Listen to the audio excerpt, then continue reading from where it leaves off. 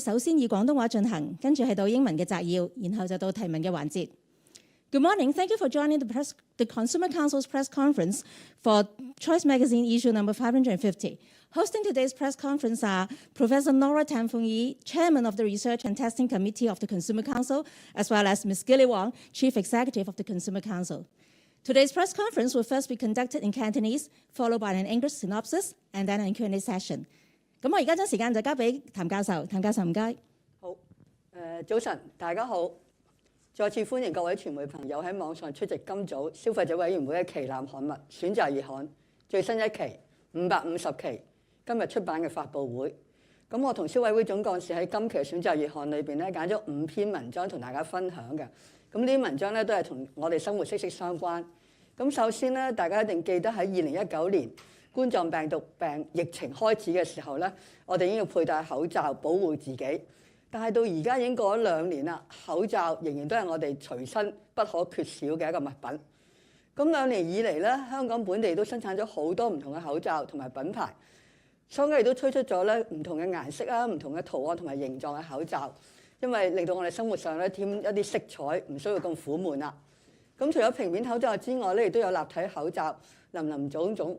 咁消費者選擇購買口罩嘅時候，肯定有好多問題要考慮，譬如話口罩嘅保護能力啦、對細菌過濾效率啦、果粒過濾效率等等，仲有係咪舒服咧？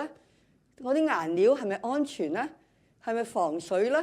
係咪符合衛生標準咧？咁我哋嘅耳帶容唔容易斷咧？好多呢啲問題。咁我哋點樣選擇咧？今期消委會嘅選擇月刊可以為大家提供一啲有用嘅資料。咁為咗方便大家明白我哋今次測試嘅結果咧，我哋將個資料咧製作咗條短片同大家分享嘅。唔該，去片啦。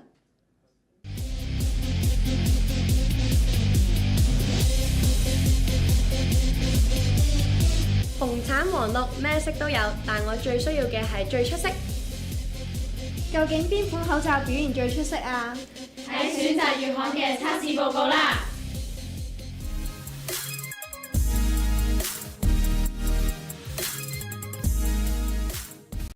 疫情一日未退，口罩嘅防菌同防病毒效能都好緊要。咁就睇 PFE 同 TFE， 即係細菌同顆粒過濾效率。消委會測試咗30款唔同嘅顏色同圖案嘅口罩，咁大部分嘅效果咧表現都唔錯嘅，不過都有例外。測試中所有樣本嘅 BFE 同 PFT 平均值都高過95%，咁即係達到 ASTM 嘅第1級，可以為佩戴者提供基本嘅保護。其中29款 BFE 細菌過濾效率嘅平均值都高過99%，達到 ASTM 嘅第3級，表現出色。但呢一款口罩型號就例外，不過仍然高於 ASTM 第1級嘅水平。不過喺 PFE 顆粒過濾效率嘅測試入邊，有19款型號，最少有1個測試樣本嘅顆粒過濾效率低過聲稱嘅要求。其中呢一款型號 PFE 平均值聲稱達到 ASTM 嘅第3級水平，但係測試結果只係達到第1級。口罩爹哋戴，除咗防護效能夠之外，仲要夠透氣，呼吸先至暢順。壓力測試反映口罩嘅透氣程度同埋佩戴舒適度，今次測試結果都幾參差㗎。測試中呢4款型號嘅全部樣本嘅壓力差測試數值都比較低，可以提供較佳嘅呼吸舒適度。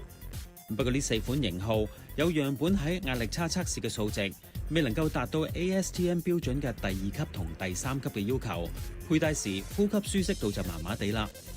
成日戴住個口罩，如果佢本身唔衞生，隨時搞到塊面敏感同出粒粒。同埋啊，喺含菌啊測試到發現呢，部分樣本嘅衞生狀況都麻麻地嘅，大家真係要小心啊！呢6款型號嘅測試樣本，平均每克細菌菌落嘅總數都超出歐盟標準嘅限量。當中呢一款型號嘅測試樣本含菌量最高，比標準限量高超過6倍。今次仲測試埋5顏6色嘅口罩顏料係咪安全？結果全部樣本都冇檢驗出致癌物偶氮染料，咁大家就戴得安心啦。成班女仔成日傾密偈，梗係要防水防滲啦。梗係啦，傾得興起嘅時候啊，少不免會口沫橫飛嘅。合成血穿透測試可以檢視到口罩嘅防水同埋防滲能力。測試結果顯示，過半嘅樣本表現都出色，但亦有部分表現麻麻。測試中近2/3嘅型號嘅全部樣本都冇被合成血穿透，表現出色。不過呢2款型號喺較低嘅壓力差測試下，仍然有樣本被合成血穿透，表現令人失望。食飯飲水個口罩又大又重，耳帶拉力就要夠強啦。如果唔係嘅話，喺戴同除口罩嗰陣就容易斷裂㗎啦。喺口罩耳帶斷裂拉力測試入邊，有超過2成嘅樣本表現都係麻麻地㗎，大家要留意啦。測試中呢7款型號最少有1個樣本嘅耳帶斷裂拉力測試結果低過國家標準嘅下限。當中呢3款型號全部4個樣本嘅耳帶斷裂拉力都低過標準下限，大家戴同除口罩嘅時候要留意啦。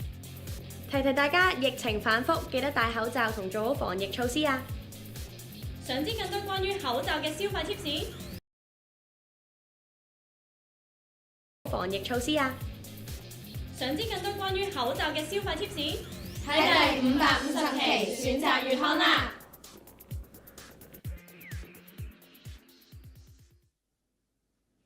好，依家由我哋補充有關顏色口罩嘅一啲內容，同埋其他4篇文章，我哋揾到啲咩嘅資料。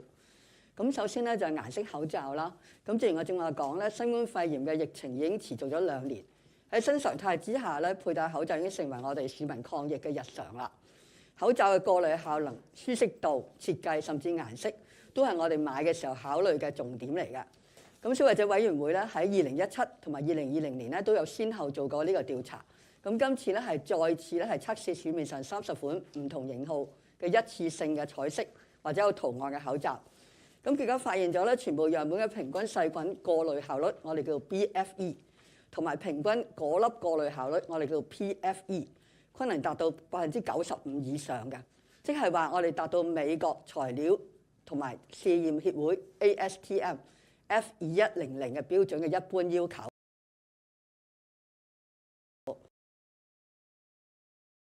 咁儘管各種型號咧喺日，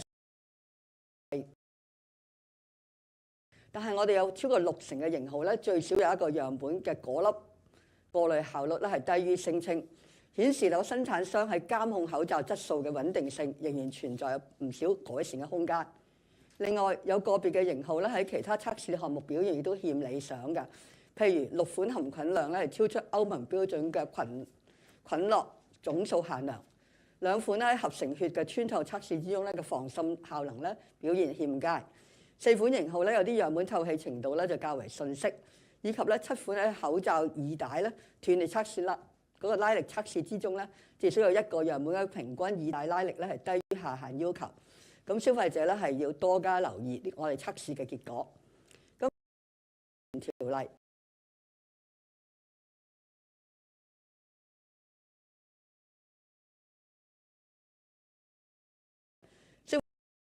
商有責任確保佢嘅消費品咧達到合理嘅安全程度，否則有機會係觸犯咗法例。譬如商品嘅效能未能符合聲稱啦，亦都可能有觸犯咗商品說明條例。咁外科口罩咧一般咧係視為醫療儀器嚟㗎，但係香港現時咧係冇特定法例規管呢個醫療儀器嘅製造、進口、出口、銷售同埋使用。咁消委會咧提議咧，亦都倡議咧加強對口罩嘅品質要求，並且加強規管。咁樣咧唔單止有助預防感染2019年冠狀病毒病，亦都可以咧降低每年流感高峰期對市民大眾構成嘅健康風險。咁我哋30款唔同性使用嘅外科口罩，咁分別咧有21款係平面嘅，有9款係立體嘅口罩。咁每個口罩平均嘅價格咧，大約係個半至9個8港幣左右。咁測試結果如何咧？咁我哋發現咗咧，口罩嘅過濾效能咧係最重要嘅。咁參考咗 ASTM F2100 19嘅要求，一般嘅 BFE 即係細菌過濾啦，同埋 PFE 即係果粒過濾啦，需要達到95%以上嘅或者以上。2級同埋3級咧，即係要需要達到98%或者以上。咁測試每款型號5個樣本嘅 BFE 同埋 PFE， 結果都顯示咗咧29款型號嘅 BFE 平均值咧都高於99%，表現出色。但係有一款標示為 ASTM 3級嘅型號，全部5個測試樣本咧量得嘅 BFE 都係低過佢聲稱嘅99%或以上。佢嘅結果只係得介乎96.7%至97.3%左右，咁即係話只係達到 ASTM 一般水平或者1級水平。而喺呢個 PFE 即係嗰粒過濾測試之中咧，80%嘅型號嘅表現唔錯嘅，平均 BFE 都高於98%。但係咧有19款型號咧喺測試嘅5個樣本之中咧，最少都有1個樣本咧量得嘅 PFE 咧係低於佢聲稱嘅。差距最大嘅款型號咧，聲稱佢可以嘅 PFE 咧係超過99%，但係測試結果咧發現佢嘅平均 PFE 咧只係得95.3%嘅百分比。咁另外一款咧聲稱佢嘅 PFE 咧係大過或者等於99%啦，但係測試結果顯示咧佢平均嘅 PFE 咧只係得96.06%。咁呢個型號咧有個別測試樣本嘅 PFE 咧更係只係得94.48%。咁比 ASTM 1級水平要求95%更低，咁即係呢個表現咧令人失望嘅。另外有一款型號喺測試中咧難得嘅 BFE 咧同埋 PFE 咧都係同時低於佢聲稱話達到超過99%嘅。咁至於合成血穿透測試模擬發生咧係血液或者體液咧飛濺到口罩表面時，口罩能唔能夠提供足夠嘅保護？咁仲有某啲特定工種啦，譬如咁我哋日常之中咧，其實係遇到呢個血液或者體液飛濺嘅機會都好細嘅。不過呢次測試結果咧，對口罩嘅防水同埋防滲能力咧有一定嘅參考價值。咁每款型號咧，我哋都會測試32個樣本嘅，而且根據佢聲稱嘅標準級別，用相應嘅壓力進行測試。咁如果多過佢嘅最低壓力，即係80個 millimeter 嘅 Hg 啦，即係水銀柱嘅88個微米。咁咧測試中咧就被合成血穿透，佢嘅表現咧會評為唔滿意嘅。結果咧63%嘅型號咧能夠完全通過呢個測試，表現優良。但係有2款型號咧喺最低壓力測試之中咧，仍分別有7個同埋26個樣本咧被合成血穿透。咁即係話喺呢個項目之中咧，佢哋只係得1分嘅啫。咁喺疫情之下咧，市民無論係返工啦、返學啦，喺抗疫期間咧，都需要長時間佩戴口罩嚟到預防感染或者咧係傳播病毒。但係口罩本身嘅衞生程度係點咧？咁係如果情況唔好嘅話咧，或者有機會咧引起面部嘅皮膚問題啦。咁今次各種型號嘅含菌量測試表現差異都好大，有6款嘅型號咧檢出嘅含菌量超出歐盟標準 EN14683冒號2019所訂定嘅每克細菌群落總數嘅限量30。咁咧佢哋嘅量咧係有維持喺65.1至超過219.9嘅群落數目㗎。其中含菌量最高嘅一款型號咧，比標準限量咧係高出咗6倍，衞生情況咧係令人關注嘅。咁口罩嘅舒適度同埋透氣度咧，亦都係我哋選擇一個好重要嘅考慮嚟㗎。咁今次量度嘅口罩正面前同埋背面後嘅壓力差異，你要評估咧透氣程度，即係呼吸嘅時候舒唔舒服啦。咁啊80%嘅型號咧，全部樣本嘅壓力測試結果咧，都係低於5.0個微米水1平方厘米嘅面積。當中咧更有4款型號嘅全部樣本嘅壓力測試嘅結果咧，係低於3.0嘅 millimeter 水每1個平方厘米，可以提供較佳嘅呼吸度嘅舒適度嘅。咁呼吸舒適度較低嘅4款型號咧，部分或者全部樣本嘅壓力測試咧，結果都高於6.0嘅微米水每平方厘米嘅面積，就未能達到 ASTM 標準嘅2級同埋3級嘅要求。咁過往測試咧，發現口罩耳帶嘅質素咧好參差嘅。咁喺今次斷裂拉力測試之中咧，有2成嘅型號咧喺測試嘅4個樣本之中咧，最少1個樣本測試嘅結果咧係低於國家標準嘅下限，即係10個 Newton 嘅拉力，10個 N 嘅拉力。其中3款型號咧，更係全部4個測試樣本之中嘅耳帶斷裂拉力咧都低於10個 N 嘅，即係話耳帶咧較容易拉斷嘅。咁生產商咧應該要馬上從速改善呢個問題。咁消費者咧，因為如果斷咗之後咧，要經常更換呢個口罩嘅密度啦，咁啊除咗浪費錢之外咧，亦都會造成好多廢物嘅。咁近年咧，市面上越嚟越多唔同顏色或者圖案嘅口罩，令到消費者咧喺持久嘅抗疫戰中咧增加咗一啲色彩。咁有見及此啦，咁我哋對今次嘅樣本咧，亦都進行可致癌嘅偶氮染料測試，咁顯示咧口罩嘅染料嘅安全性。咁測試結果顯示咧，全部樣本咧都冇驗出呢個偶氮嘅染料，咁消費者咧可以安全使用。咁我咗一大堆咧好複雜嘅問題，咁我用一個簡單嘅表咧嚟到介紹下我哋今次檢測嘅結果啦。咁我哋主要咧檢測咗30款唔同顏色圖案嘅口罩，咁我哋睇下個效能啦。咁至於防菌效能測試之中咧表現唔差嘅，咁咧全部咧平均嘅 BFE 同埋 PFE 咧最少都達到 ASTM 1級水平，即係具有基本保護。其中19款咧唔符合佢聲稱當中一款，更同時咧唔符合佢嘅 BFE 聲稱。所以雖然整體表現不俗，但係佢個聲稱咧同埋測試結果咧係唔符合嘅，所以生產商咧要注意呢件事情。咁至於我哋顏色啦嘅口罩就呢個染料啦，咁關於偶氮染料測試咧，全部咧都冇驗出呢個偶氮染料，所以係安全嘅。咁另外仲有啲好需要改善嘅地方咧，除咗聲稱不符之外咧，就係我哋個衞生啦。咁我哋做呢個含菌量測試嘅時候咧，6款係超出咗歐盟嘅標準嘅。咁而家關於合成血穿透測試咧，係2款咧未能夠通過最低嘅壓力測試。而至於透氣度方面咧，4款咧個呼吸舒適度咧就較低。咁仲有7款咧，就個耳帶咧好容易拉斷啊，即係佢唔符合我哋嘅斷裂拉力嘅測試，係低於呢個標準下限嘅。咁所以咧就呢個都係需要注意嘅事情。咁除咗呢個之外咧，我哋都測試咗咧係嗰個產品嘅標籤資料。咁發現咗唔少型號嘅標籤資料咧同埋使用説明咧都唔夠全面嘅。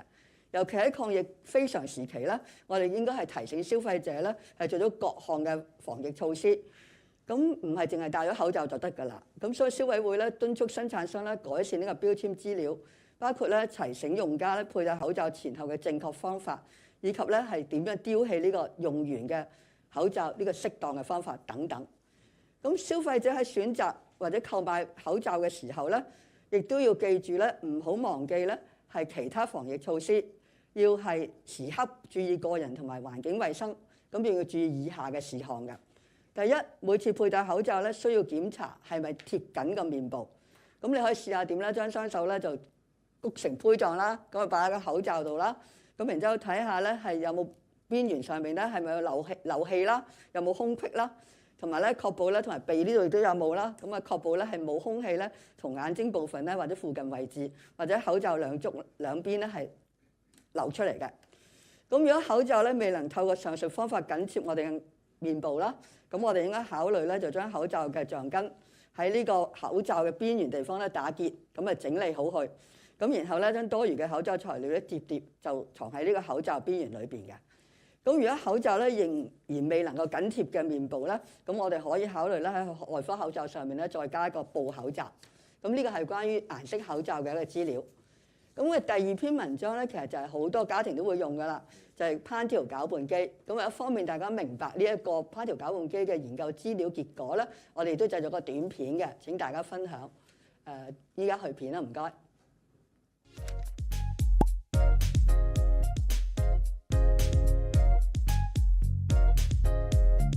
撳個掣，沙冰、米糊、細湯、豆漿，樣樣都做到。呢一類烹調攪拌機標榜攪拌效能高，煮出嚟嘅食物均勻幼滑，實情又係咪咁呢？消委會測試咗12款烹調攪拌機嘅樣本，發現佢哋攪拌表現都幾參差。整體嚟講，8款容量較大嘅型號表現較好，其餘4款較細嘅型號就有2款唔可以將食材完全攪碎，表現就麻麻啦。煮西式濃湯講求口感同幼滑度，結果又點呢？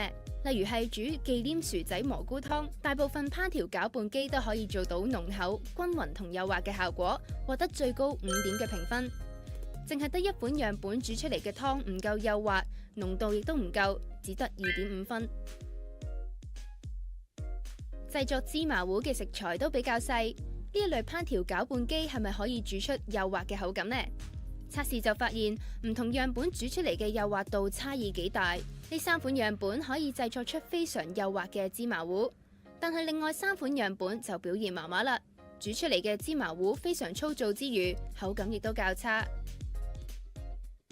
做廚神同時都要注意安全，留意以下使用貼士：測試中部分樣本喺烹調食物嗰陣，攪拌杯頂蓋嘅溫度超過85度，用嗰陣應該避免掂到。煮出嚟嘅湯壺係咪香濃、均勻同幼滑，受好多唔同因素影響，所以唔係單憑刀片轉速而定。另外喺放入食物或者清潔嗰陣，要小心唔好被攪拌杯內置嘅鋒利刀片割傷啊！想知更多關於選購同使用烹調攪拌機嘅小貼士，快啲睇第550期選擇月刊啦！好，依家由我補充關於烹調攪拌機我哋嘅測試結果又如何呢？表現又點樣呢？咁大家正話喺短片都睇到啦，香港人生活繁忙啦，咁日常煮食咧有講求方便同埋效率嘅，咁我哋希望咧淨係需要放入食材，撳下個掣就可以煮出咧唔同嘅食品啦，譬如各式嘅湯壺美食啦，咁所以呢類嘅烹調攪拌機咧就應運而生，咁亦都係我哋不少人咧入廚嘅好幫手。咁消費者委員會咧測試咗市面上12款烹調攪拌機樣本嘅效能同埋安全程度，發現咧樣本之間嘅攪拌能力同埋烹調效果咧表現參差，無論食物嘅幼滑度啦、濃度啦，或者細緻均勻度嘅程度嘅差異咧都相當大嘅。其中2款咧甚至未能完全將呢個食物咧攪碎，表現令人失望。咁整體而言咧，容量細嘅小型攪拌機嘅表現咧比較遜色嘅。另外5款樣本咧存在不同嘅程度嘅安全隱患，包括譬如溫升過高啦，或者絕緣距離唔夠啦，咁可能為消費者咧帶來潛在嘅使用風險嘅。咁今次測試嘅12個樣本咧，其實嘅價格咧係介乎529蚊至4670蚊。咁8款樣本嘅額定最大嘅烹調容量較高，咁咩較高咧？就係話大約係1.75升至2升嘅容量。咁我哋一般咧稱為一般攪拌機。咁另外咧就有4款嘅額定最大烹調容量咧係較低，咁係只係得0.35至0.5升嘅啫。咁我哋叫做小型攪拌機啦。咁值得注意嘅係咧，3款總評分最高4.5分嘅烹調攪拌機樣本咧，售價大約係1668蚊至2198蚊。咁整體表現咧係略勝於售價最高並獲得4分嘅樣本，佢嘅價格咧係4670蚊。咁再次反映咧產品表現同埋售價高低咧冇必然嘅關係。咁烹調攪拌機咧係咪能夠烹調出均勻幼滑嘅龍糊啦？最後嘅結果對最終嘅效果或者佢攪拌食物嘅細緻程度關係密切嘅。但係我哋經過測試樣本嘅攪拌能力咧表現係懸殊。咁按照標準咗紅蘿蔔啦、薯仔啦、洋葱啦、香芹葉啦同埋水等攪拌，結果咧5款一般攪拌機樣本喺攪拌測試之中咧獲得最高嘅5分。相反，4款小型攪拌機咧表現較為遜色，除咗2款樣本獲3.5分之外咧，其他2款咧都未能夠完全將呢個食材攪碎嘅。咁喺攪拌測試之中咧，只係得1分嘅啫。咁消費者咧其實最注重咧所烹調嘅湯壺嘅表現嘅。咁但係咧測試咗5款不同嘅湯壺，包括咧西式濃湯啦、雜菜湯啦、蔬果沙冰啦、豆漿啦同埋芝麻糊嘅結果顯示咧，各樣本烹調唔同食物嘅表現，包括濃度、均勻度、幼滑度同埋口感咧，都各有高低嘅。咁以西式濃湯為例啦，有90%嘅樣本咧都能夠製作出口感非常之濃厚同埋幼滑嘅濃湯，咁可以獲得最高嘅5分。但係有一款咧製作出嚟嘅濃湯咧，無論喺濃度同埋幼滑度咧都唔夠嘅，只係得2.5分。另外咧4款樣本喺烹調雜菜湯嘅濃度亦都唔夠，或者未能夠將蔬菜咧攪得好均勻細緻，只係得3.5分或者以下。3款樣本烹調嘅芝麻糊咧非常粗糙，口感唔好啦，只係得2.5嘅評分，反映部分樣本嘅攪拌機咧對非常細小嘅食材，譬如芝麻或者白米嘅效果咧係欠佳。咁測試中整體表現較為遜色嘅咧就係1款小型攪拌機嘅樣本，只係得2.5分。佢烹調出嚟嘅雜菜湯同埋芝麻糊嘅表現咧都係2.5分嘅。咁關於製作飲品方面啦，一般嘅攪拌機咧都可以製造蔬果沙冰啦，佢嘅表現咧都幾好嘅。但係全部小型攪拌機同埋一款一般攪拌機咧，佢嘅表現係稍為遜色，只係得3.5分或者以下嘅。另外製作豆漿嘅時候，最重要嘅口感咧就幼滑啦，同埋冇青草味嘅。但係一款樣本製作出嚟嘅豆漿咧有較多黃豆皮啦，咁口感咧就粗糙。咁2款樣本因為預設烹調時間較短啊，咁未能夠咧單靠個摩打嘅摩擦能力咧係移除咗黃豆嘅青草味或者草青味啦，我哋叫。用家咧要先行咧烹調咗黃豆，再將煮熟嘅黃豆咧放入咗攪拌機裏邊烹調。咁工序就比較繁複啦，所以只係得3分嘅啫。消委會提醒咧，製作豆漿嘅大豆咧係容易受到蠟樣芽孢桿菌天然嘅污染。為咗避免呢個產生毒素咧，消費者咧係應該咧喺煮好啲豆漿之後咧，要盡快飲用或者存放喺雪櫃之內嘅。咁消費者使用烹調攪拌機嘅時候咧，除咗要注重烹調效果之外，亦都要注重安全啦，係使用安全。咁我哋今次發現咧，測試5款樣本之中咧，發現某啲內部帶電部分同埋咧用戶可接觸嘅部分之間嘅絕緣距離唔夠，潛在安全風險。當中2款小攪拌機更未能夠通過呢個升溫測試。按照安全標準攪拌大量食材嘅時候咧，出現咗過熱嘅情況，咁以致咧過熱保護嘅裝置咧自動啟動，所以咧未能夠完成測試。咁有一款喺烹調嘅時候咧，接駁電源嘅線嘅部分位置咧係量得嘅溫度上限。咁所以消費者使用烹調攪拌注意以下事項：一、唔可以單靠產品嘅轉速聲稱嚟到購買作為購買標準，應該仔細比較唔同烹調熱嘅時候或者放你要分外小心。第3咧，烹調食品嘅時候咧，機身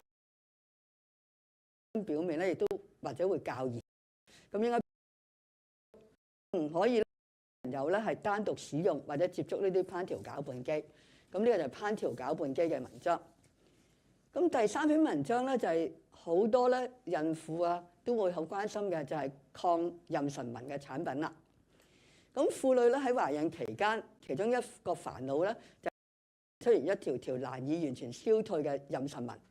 咁所以咧好唔少婦女咧喺懷孕嘅時候咧，甚至喺懷孕初期，甚至係產後咧，都會咧好經常咧係搽一啲唔同嘅抗妊娠紋嘅產品啦。咁消費者委員會咧今次咧係第一次咧係測試咗市面係30款講可以提供俾懷孕或者產後婦女咧專用嘅抗妊娠紋產品。咁我哋測試結果發現咧，有超過40%嘅呢啲產品咧都檢出咗香料致敏。另外咧有4款樣本咧分別檢出咗潛在有害物質、人造麝香及或者塑化劑，或者可能增加胎兒同埋嬰兒咧經由母體或者母乳咧攝入咗潛在有害物質嘅風險。消委會提醒咧，母親同埋初生嬰兒咧經常有緊密接觸嘅，特別係正在喺哺乳期嘅母親。咁所以咧有需要使用抗妊娠紋產品嘅胸部嘅位置啦，我哋一定要選擇一啲咧唔含有潛在有害物質嘅產品。咁消委會強調，獲得安全保障咧係消費者嘅最基本權利。抗妊娠紋產品如果含有麝香物質、塑化劑以及其他潛在有害物質，長期接觸或者可能對孕婦、胎兒或者初生嬰兒咧嘅健康產生風險。所以消委會咧係建議相關產品供應商盡量降低產品中潛在有害物質嘅含量，甚或完全取締相關成分嘅使用，以加強對媽媽、胎兒同埋嬰幼兒嘅健康保障。消委會今次咧測試咗30款抗妊娠紋產品樣本，其中12款嘅抗妊娠紋咧係油狀嘅，我哋叫抗妊娠紋油；而18款咧係抗妊娠紋嘅乳霜。咁每支或者每瓶嘅售價咧大約係90蚊至570蚊不等。咁我按照歐盟化妝品條例，將26款香料界定為香料致敏物質。咁今次測試嘅30款樣本之中咧，冇一個樣本咧驗出歐盟禁用於製造化妝品嘅香料致敏物質，包括咧係新鈴蘭醛 HICC 或者鈴蘭醛 BMHCA。但係有超過40%嘅樣本咧係檢出唔同種類同埋唔同濃度嘅其他嘅香料致敏物。咁總量咧係由0.001至1.43，其中11款嘅樣本嘅香料致敏物嘅總量咧係較高，由0.11至1.43不等。14款檢出香料致敏物質嘅樣本之中咧，超過40%咧檢出3種或者以上嘅香料致敏物質，其中1款樣本咧更驗出超過9種嘅香料致敏物。咁另外有2款樣本咧分別係驗出5種同埋7種香料致敏物質，即係唔係淨係1款嘅啫。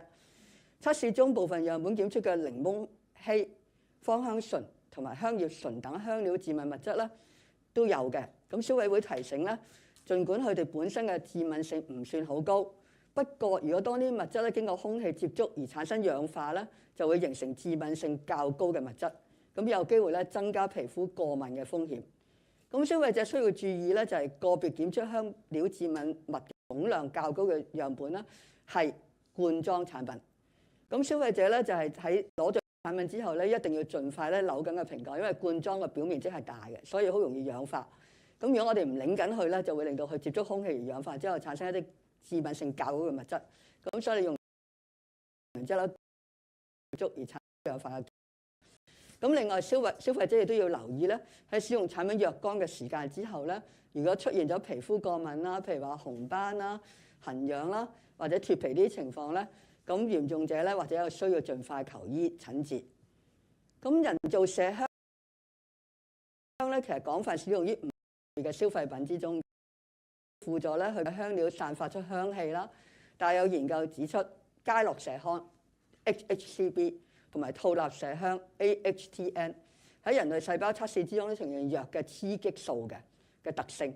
如果我用實驗動物嚟到進行嘅測試，更加顯示咧高劑量嘅 AHTN 咧可以驗出對實驗動物嘅肝臟咧係造成損害。測試之中咧有3款樣本檢出唔同濃度嘅 HHCB。其中檢出量最高嘅一款樣本咧，更同時檢出咗 AHTN。另外測試之中有2款樣本咧檢出咗微量塑化劑，分別係鄰苯二甲酸22壬酯，我哋簡稱叫 DIMP， 同埋鄰苯二甲酸2乙酯，我哋簡稱叫 DEP。咁佢檢出嘅量咧分別係8個 ppm 同埋20個 ppm， 即係100,000,000之中嘅8或者100,000,000之中嘅20。喺產品之中檢出微量塑化劑，有可能咧係源自生產或者儲存過程嘅期間，經由接觸嘅塑膠物料咧係釋出，咁啊產生呢個塑化劑而引起微量嘅污染。但係 DEP 咧亦都可以作為香料嘅載體，而 DIMP 咧就係高分子量嘅塑化劑，可以通過加入聚氯乙烯之中軟化呢個膠料嘅。咁有動物研究顯示咧，重複咁經由口服途徑而攝入高量嘅 DIMP，可能影響咗大鼠嘅肝臟同埋腎臟。儘管內地同埋歐洲等地咧現時都冇將上述嘅塑化劑，即係 DEP 同埋 DIMP 同埋人造麝香物質，即係 HHCB 同埋 AHTN 喺化妝品嘅使用量度設有上限規定，而且咧佢長遠影響咧亦都需要有待研究，我哋先可以確定嘅。不過，由於胎兒同埋初生嬰幼兒咧，係如果你喺年幼嘅階段咧，已經由母體開始重複咁樣接觸呢啲物質，加上咧佢哋嘅新陳代謝未夠成熟，所以咧為人父母喺選擇嘅時候咧，呢個人同埋嬰幼兒護膚品咧就不容掉以輕心。咁咧，所以因為咁嚴重啦，所以我哋就特別將我哋正話發現有害物質咧，就係整結成為一個表俾大家睇啦。咁我哋測試咗咧30款抗妊娠嘅產品。14款咧檢出咗有呢個香料致敏物質啦，咁啊3款檢出咗5至9種啦，11款嘅總量咧係較高。咁香料致敏物質咧可以增加部分人士咧出現呢個皮膚過敏嘅反應嘅機會啦，譬如可以出現紅斑啦、痕癢啦或者脫皮等。咁2款咧檢出咗呢個塑化劑啦，咁就係有 DEP 同埋 DIMP 嘅。咁我哋知道咧，喺實驗結果咧，就係如果攝入高劑量嘅 DIMP 咧，或者影響研究動物嘅肝臟同埋腎臟。咁3款咧係驗出咗呢個麝香啦，人造麝香就係 HHCB 同埋 AHTN 嘅。咁人造麝香咧，我哋用人類細胞嚟進行實驗研究嘅時候咧，發現咗 HHCB 同埋 AHTN 咧都有微嘅雌激素嘅特性嘅，咁所以影響我哋內分泌系統。咁所以我哋使用嘅時候要注意咧，就係話我哋要查閱產品同埋佢嘅成分啦，嘅列表嘅成分啦，咁啊檢視有冇係容易有呢啲致敏嘅成分。咁部分香料嘅致敏物質喺氧化之後咧，會產生咗呢個致敏性更高嘅物質，所以我哋特別要留意，同埋最好咧用完之後將個蓋閂翻好去嘅。咁如果我哋將啲產品咧搽喺個胸部嘅位置啦，咁你可以咧增加咗嬰兒透過母乳嘅餵食啦，或者其他途徑咧入到佢嘅身體裏邊，所以更加需要注意。咁雖然咧除咗呢啲咁嘅我哋正話嘅有害物質之外咧，其實咧懷孕嘅期間咧，如果婦女咧係孕婦咧係接納過量嘅維他命 A， 亦都可能增加嬰兒出現咧先天性缺陷嘅機會嘅。咁除咗經由食物或者營養補充劑攝取得嚟之後咧，經常喺皮膚上搽呢啲以維他命 A 為主要成分嘅藥膏咧，亦都可以增加相關嘅攝入量嘅。咁我哋今次測試之中咧，有一款樣本咧檢出嘅棕櫚酸維他命 A 嘅成分濃度咧係84%。儘管佢檢出嘅量咧符合歐盟消費者安全科學委員會就住身體潤膚乳建議嘅最高含量水平，構成健康風險嘅機會唔大。消委會咧就唔建議咧將有維他命 A 或者佢衍生產品嘅物品咧隨意係用喺嬰幼兒嘅身上啦。咁我哋都建議咧使用嘅時候要小心啦，避免嬰幼兒咧係誤服嘅。咁消委會咧喺檢視樣本成分標籤嘅時候咧，亦都發現有2款嘅樣本咧標示含有礦物油或者礦脂等礦物油嘅成分。參考消委會過往嘅測試報告咧，含礦物油成分嘅潤唇膏啦產品普遍檢出咗礦物油嘅物質咧係 MOS， 即係我哋叫做咧礦物油碳氫化合物 MOSH， 同埋 MONAT MOAH 就係礦物油芳香碳氫化合物。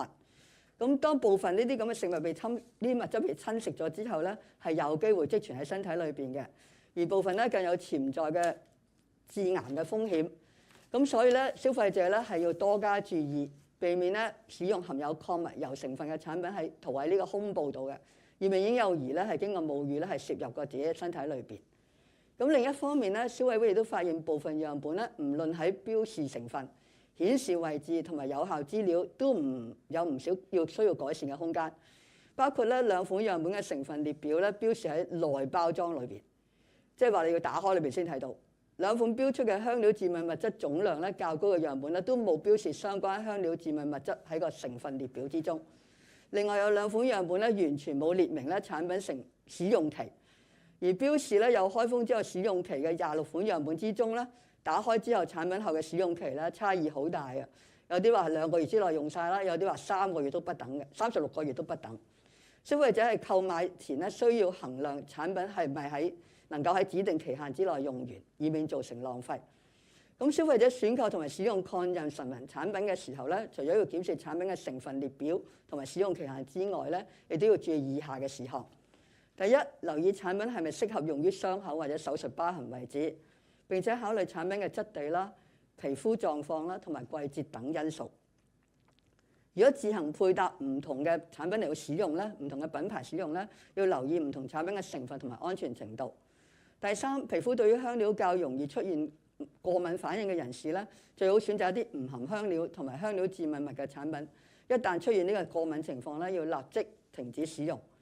第4咧，如果以母乳餵哺嬰兒嘅母親咧，如果有需要於胸口使用產品咧，應該選擇唔含有人造麝香或者塑化劑嘅產品，以免嬰幼兒咧經由口服途徑而攝入呢啲咁嘅潛在有害物質。咁最後咧就係婦女懷孕期間咧，佢嘅身體裏邊嘅荷爾蒙咧會產生變化，咁有機會咧對於氣味咧係分外敏感。咁所以購買產品之前咧最好試下用，並且確保咧質地同埋氣味都係適合自己嘅。咁呢個關於抗妊娠紋嘅產品。咁第4份文章咧就係舊衣回收嘅服務啦。咁大家都知道咧，香港物質咧供應相對充裕，不少消費者咧或者有啲咧只係着過幾次嘅衫，甚至或者從未着過啲新衫咧，擺咗喺籠底裏邊嘅，或者衣櫃底裏邊嘅。咁近年咧有唔少機構咧係提供舊衣回收服務啦。咁消費者可以將衣物咧捐贈，咁啊唔會造成浪費。消費者委員會咧調查市面有11間有提供衣物回收服務嘅機構，發現咧可以回收嘅衣物無論喺種類、新淨程度同埋衞生水平咧，都需要符合一定嘅條件。同時，如果要上門回收咧，捐贈嘅衣物咧需要符合一定嘅數量。回收衣物服務咧係有助延長呢個物品嘅使用壽命，可以促進環保，但係亦都可以達至可持續消費。咁消費者咧可以捐贈呢個衣物之外咧，更直接或者有效嘅方法咧，其實係源頭減廢。咁即係話需要先買，而唔係想要就去買啦。咁我哋咧可以避免大量購買呢個流行週期短啦、售價低但係唔能夠耐用嘅快時尚嘅成衣。咁消委會強調咧，要做到真正嘅斷捨離，消費者咧必須由斷做起啦。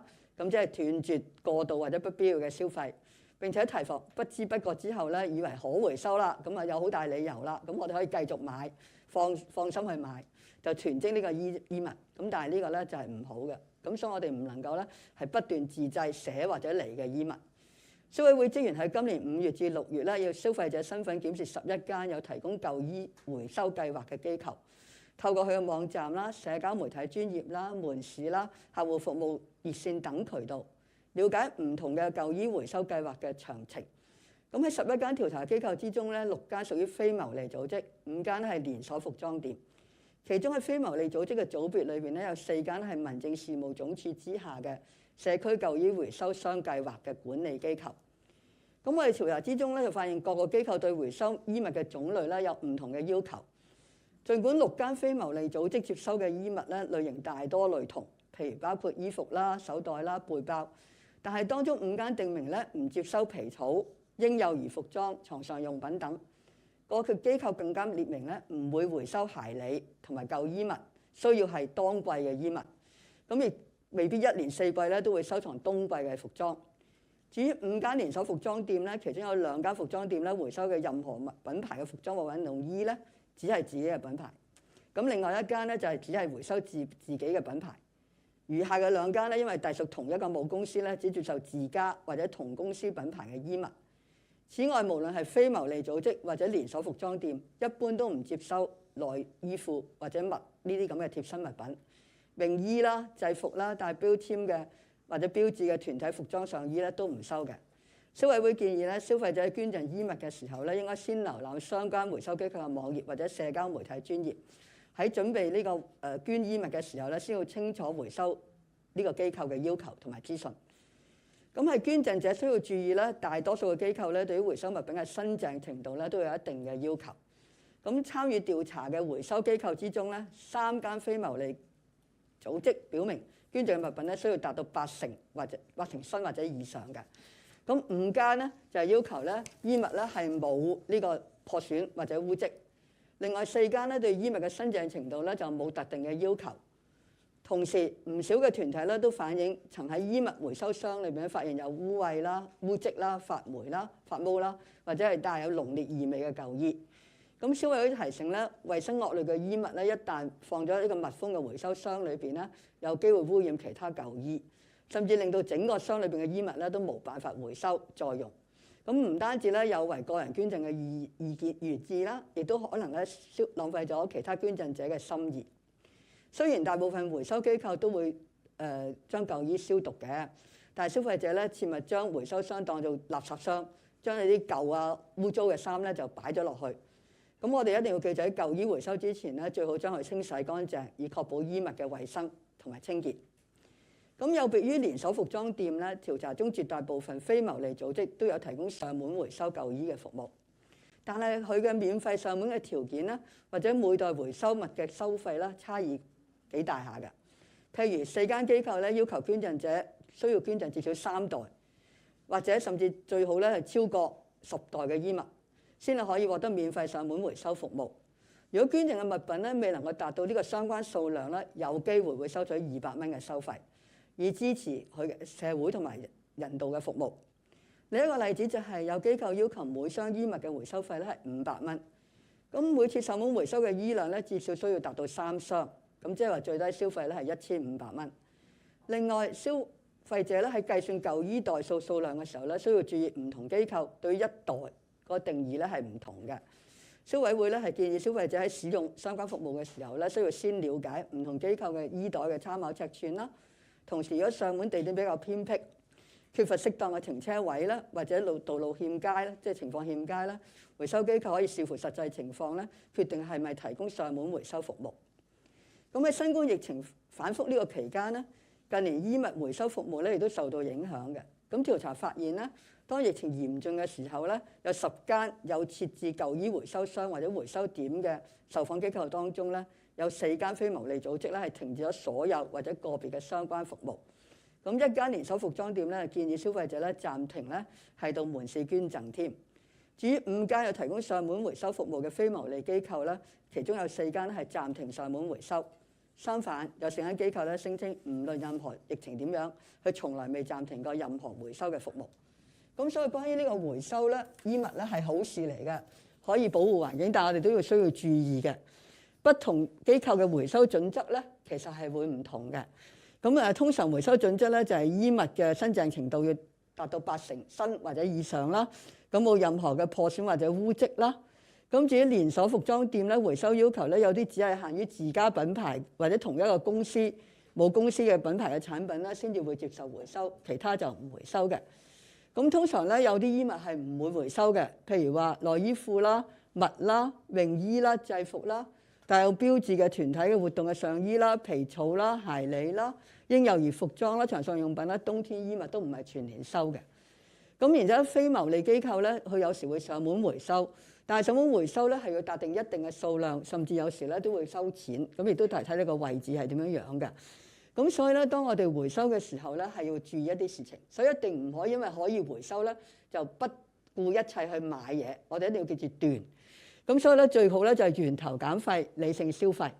咁如果當我哋回收嘅時候咧，就一定要乾淨，唔好覺得嗰啲回收箱係垃圾箱嚟嘅。咁而另一個咧就我哋盡量延長個壽命啦，即係最好唔好買嗰啲時尚化嗰啲產品啦，好快用完啦，好快要丟啦。咁如果我哋真係冇辦法啦，咁我哋可以試用咧重用啦，或者修補，或者捐贈俾我哋其他嘅朋友。咁呢個咧就可以保護環境之外，你都可以減翻你哋嘅錢嘅。咁啊，舊衣回收。咁啊喺做舊衣回收嘅時候咧，我哋都希望再一次提醒消費者啦，記住當我哋回收之前咧，要將衣物咧係清洗乾淨，同埋用袋包好，妥善放喺回收箱或者去回收點。咁記住咧，我哋好多時回收呢啲產品咧，或者衣物咧係送去東南亞或者非洲呢啲地區，咁佢哋咧比較熱嘅，咁所以咧佢對於呢個御寒物品嘅要求咧係有限嘅啫。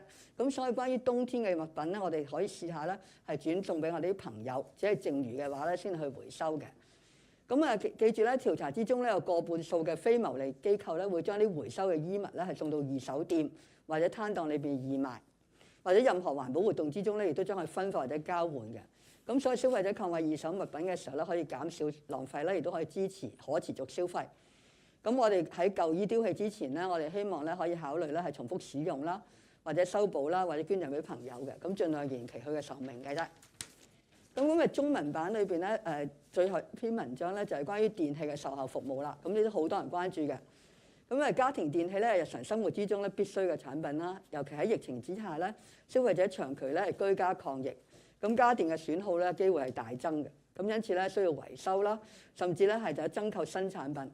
咁消費者委員會咧去年咧接獲涉及電器嘅投訴咧，唔單止躍升為全年投訴類別之冠，至今咧仍至到今或者維修咧有責任第一時間咧通知消費者，同埋將送貨延誤較長嘅時候咧，容許取消交易同埋退款嘅選擇，以確保消費者嘅權益。咁我有兩個個案同大家分享嘅。咁第一個個案咧就關於維修吸塵機啦。咁投訴人咧購買咗 A 公司嘅直立式吸塵機，因為機件故障喺2021年10月中旬咧交予 A 公司嘅維修部要求維修。A 公司同投訴人講咧，就因為零件缺貨，需要收取維修費用550蚊。咁如果嚟到改用另一款零件作為替換嘅，咁投訴人咧唔同意收費啦，認為吸塵機仍喺保養期間 ，A 公司有責任咧提供合適嘅零件。唔應該收取客戶額外費用。咁3個月之後咧，喺投訴人追問維修狀況之下咧 ，A 公司突然就話吸塵機咧係涉及功能性嘅物理損毀，要求咧收取維修費用。但係按售後服務單上面嘅記錄咧，機身僅係有污跡同埋花痕嘅啫，冇任何物理毀損嘅描述。因此投訴人咧唔接受 A 公司所講要加上維修，而且加上咧維修拖延咗3個多月啦。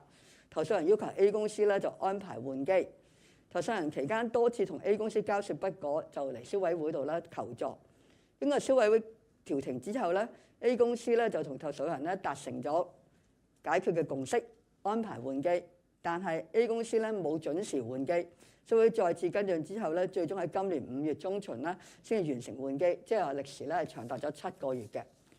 咁第二個個案咧就關於呢個無線充電器啦。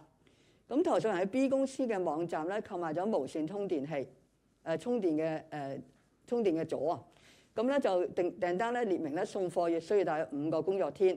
咁投訴人咧一直喺追蹤訂單嘅情況啦，但係2個月之後咧訂單仍然維持喺待出貨嘅狀態。咁職員亦都未有咧解釋送貨延期嘅原因。只係表示咧可以安排換貨或者退款，但係遲遲咧就未有回應。咁啊嘗試咧投訴亦都得唔到回覆。咁投訴人咧不滿呢個公司啦，就喺貨期延誤超過1個月之後咧，都冇主動解釋，亦都冇積極跟進，因此咧就向消委會投訴。經過消委會多次同埋 B 公司聯絡之後咧，終於咧喺2個月之後咧就獲得回覆啦，就解説咧係正係安排退款。但係由落單起計到現在咧已經達到咗半年嘅時間啦。咁所以消委會咧提醒消費者，無論係購買或者維修電器啦，應與商戶咧確認送貨日期、保養期同埋完成維修日期，以及退款條件或者替代方案，亦都要注意以下嘅事項。第一咧就購買前咧同商戶確認電器係咪有現貨。如果電器缺貨咧，或者係預計付貨期較長咧，消費者咧可以考慮係咪接受安排。如果緊急需要用嘅話咧，會否要找其他途徑嘅替代品或者其他途徑嘅選購呢個貨品？第二咧，如果計劃新舊電器無縫交接，要待確定電器到貨或者送貨係之後咧，方安排棄置嘅舊電器嘅。咁呢個咧就我今日所講嘅有關中文嘅5篇文章。Let me summarize the key finding of this 5 paper in English now. The first paper today is about face masks. As the COVID-19 pandemic has persisted for over 2 years, wearing a mask has become a daily anti-epidemic routine for the public under the new normal. The filtration efficacy, comfort level, design, and even the color are all key decision factors when consumers purchase face masks. After the 2P risk test in 2017 and 2020, the Consumer Council once again tested 30 models of single-use, colored, patented face masks on the market. According to the test results, the average material filtration efficiency, BFE, and average particle filtration efficiency, PFE, of all models reached 90%, 95% or above, equivalent to reaching the level 1 requirement of the American Society for Testing and Materials, ASTM F2100 standard.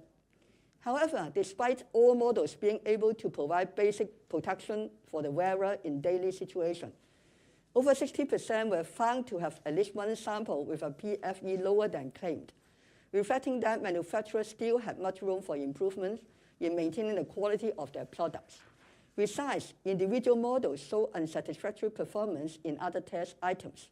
For example, the bioburden of 6 models exceeds the limit of colony-forming unit set by the European Union, EU.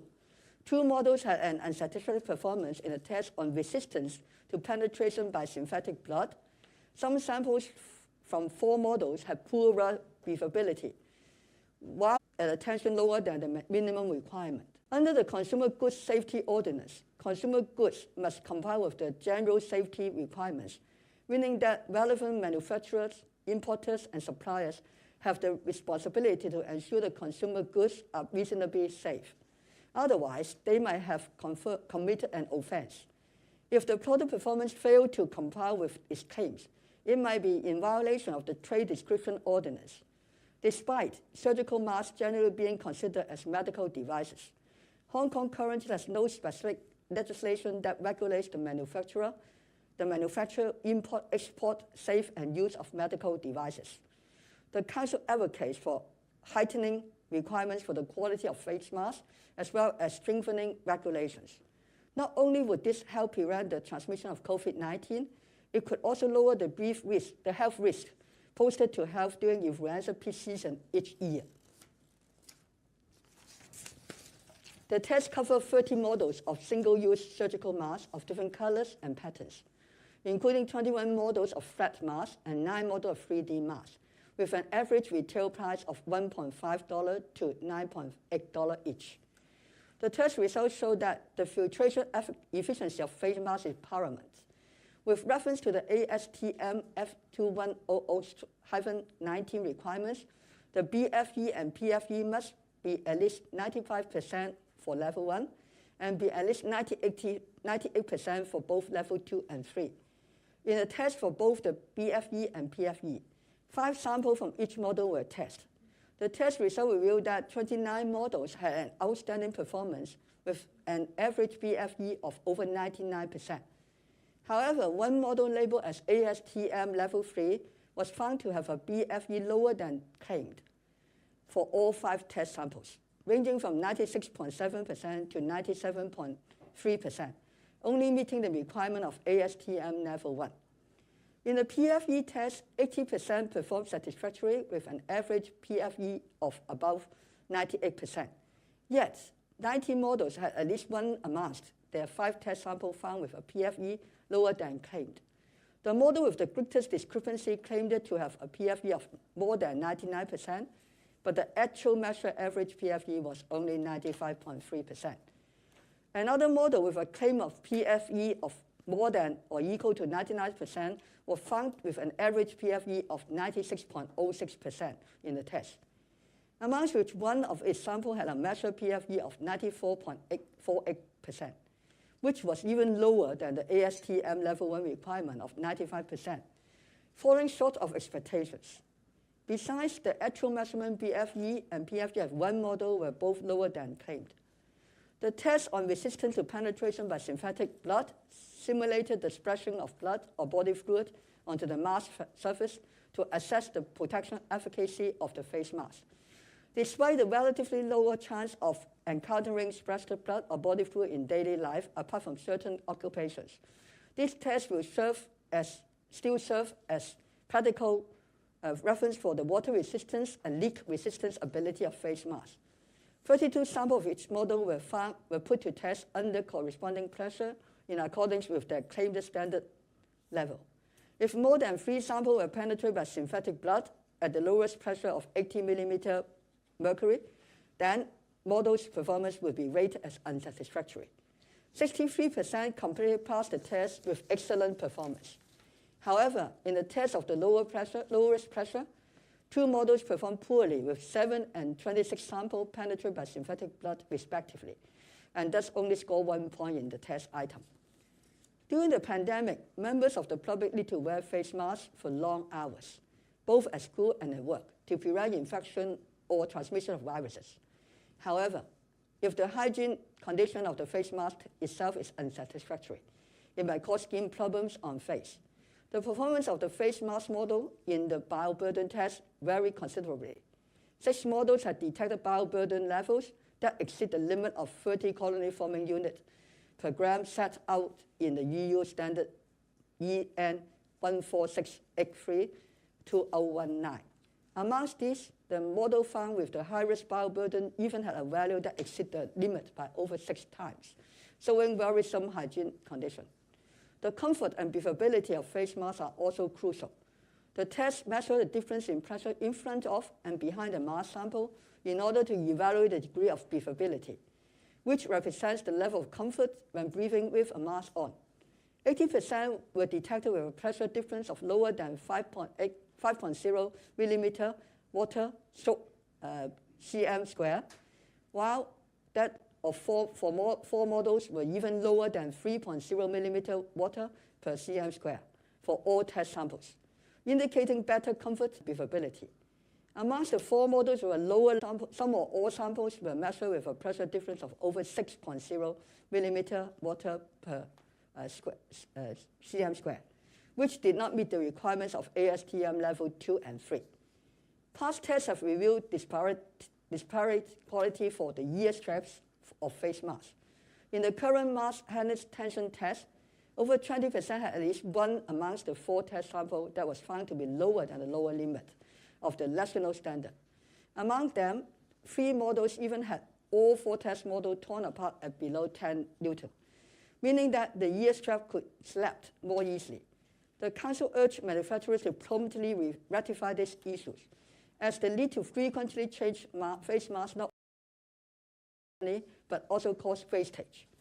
Face masks have become available in a wide variety of colors and patterns in recent years, allowing consumers to add a colorful touch to their daily life amidst the prolonged fight against the pandemic.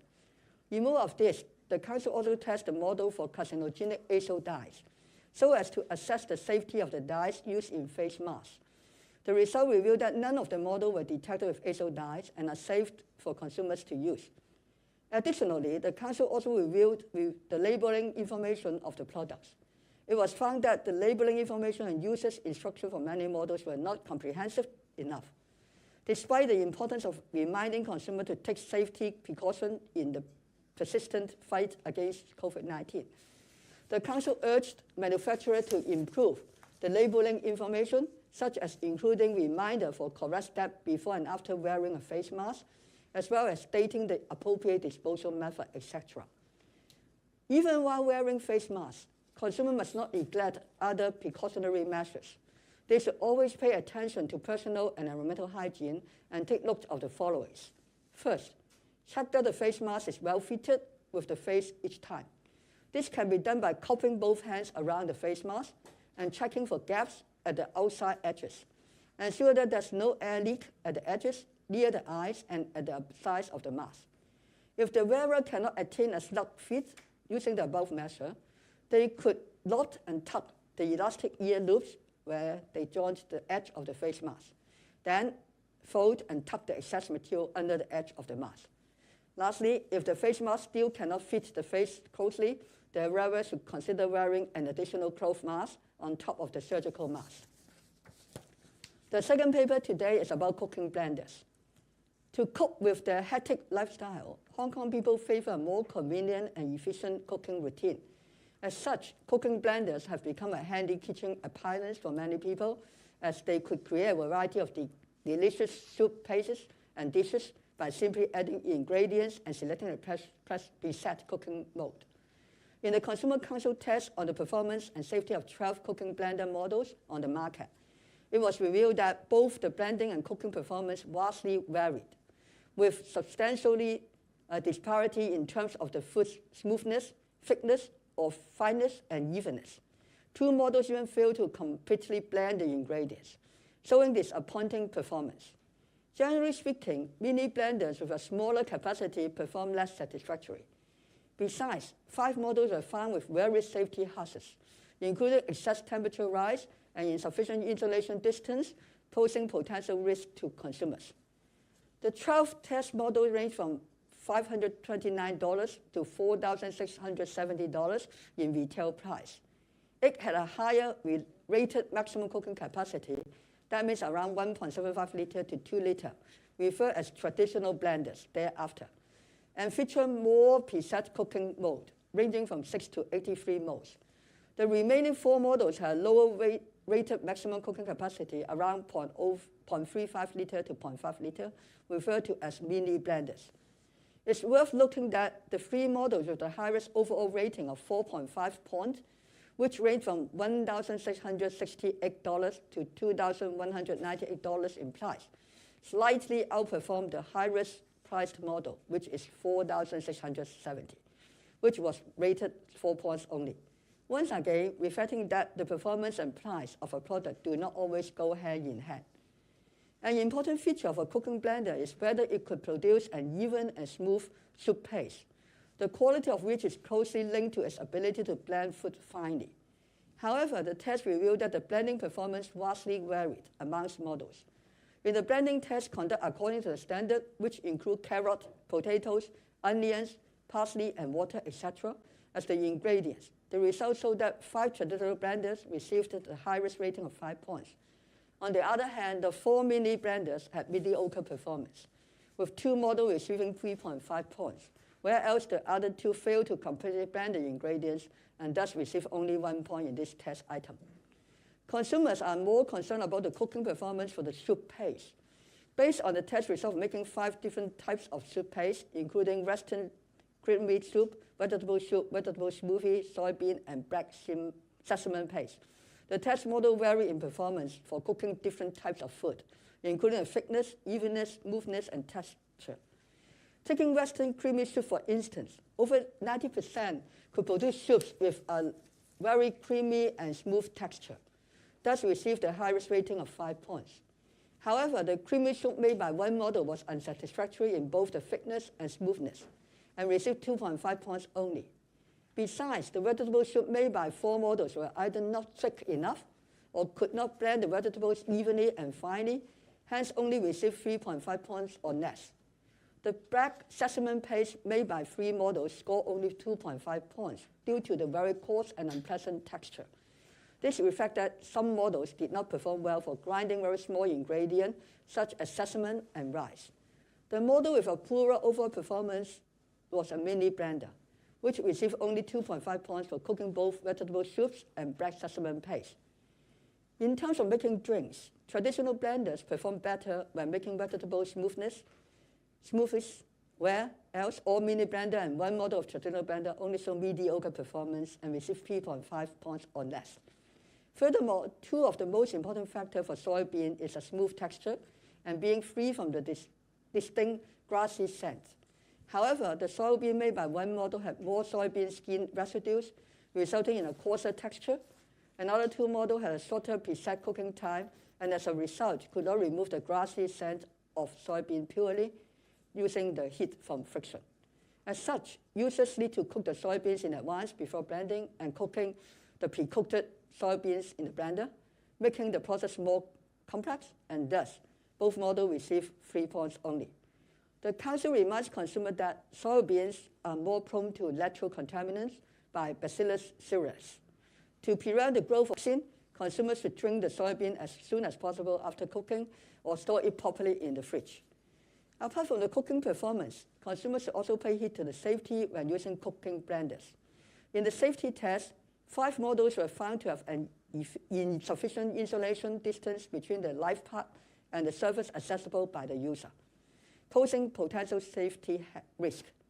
Among these, 2 mini blenders model did not even pass the temperature rise test, as they overheat in the event of blending a large quantity of food according to the safety standard. This caused the thermal protection to activate automatically, and the test could not be complete. While cooking, one model records a temperature rise of 58 K at the power cord connector, exceeding the standard limit of 45 K. So, when purchasing and using cooking blender, consumers should pay heed to the following.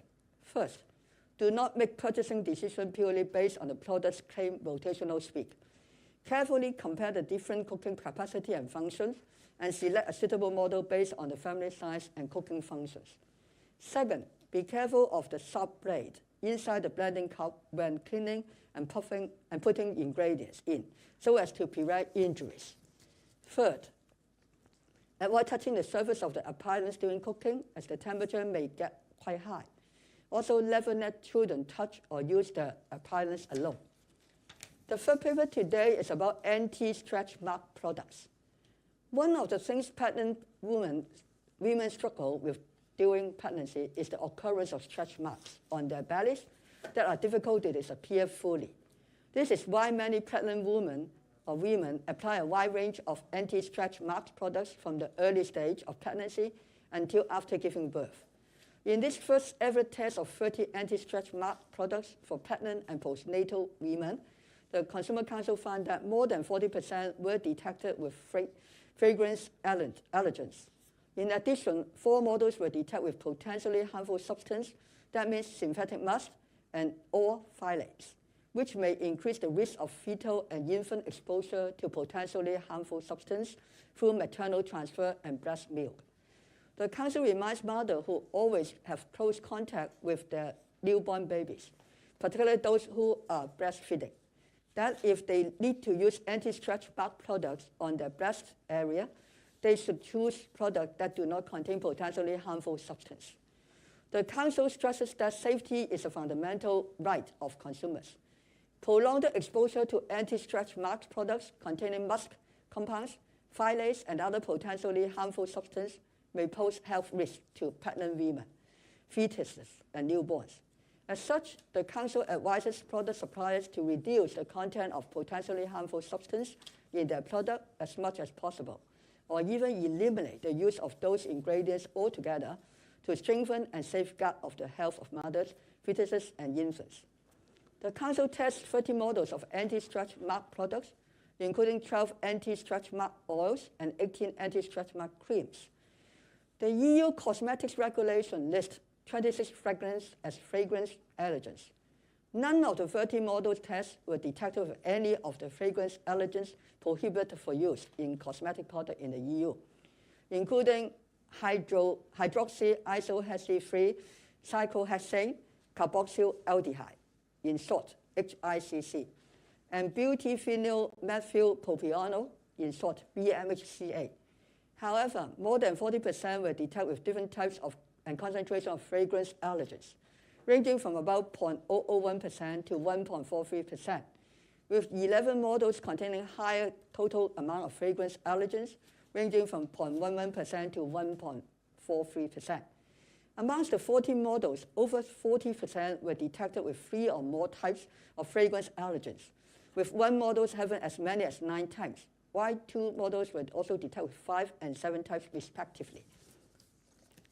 Some test models were detected with fragrance allergens such as limonene, linalool oil, and geranol. The Council reminds consumers that although these substances are not highly allergenic, when they come into contact with air, higher potency allergenic substance could be formed through oxidation, which may increase the risk for the development of skin allergy. Consumers should be aware that certain models with relatively high amount of fragrance allergens were packed in jars, suggesting that consumers should tighten the lid as soon as possible after use to minimize oxidation due to exposure to air. Consumers should watch out for allergic reactions such as redness, itchiness, and scaling after using the product for a certain period of time. As for serious cases, medical attention may be sought as soon as possible.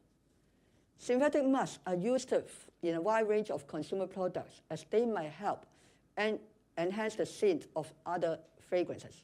However, studies have revealed that glycerol, in short HHPE, and tonalide, AHTN, showed weakly estrogenic properties in human cellular assays. Animal studies have shown that high doses of AHTN might cause liver damage in experimental animals. In the test, 3 models were detected with various concentrations of HHCP, and the model detected with the highest amount were also found to contain AHTN.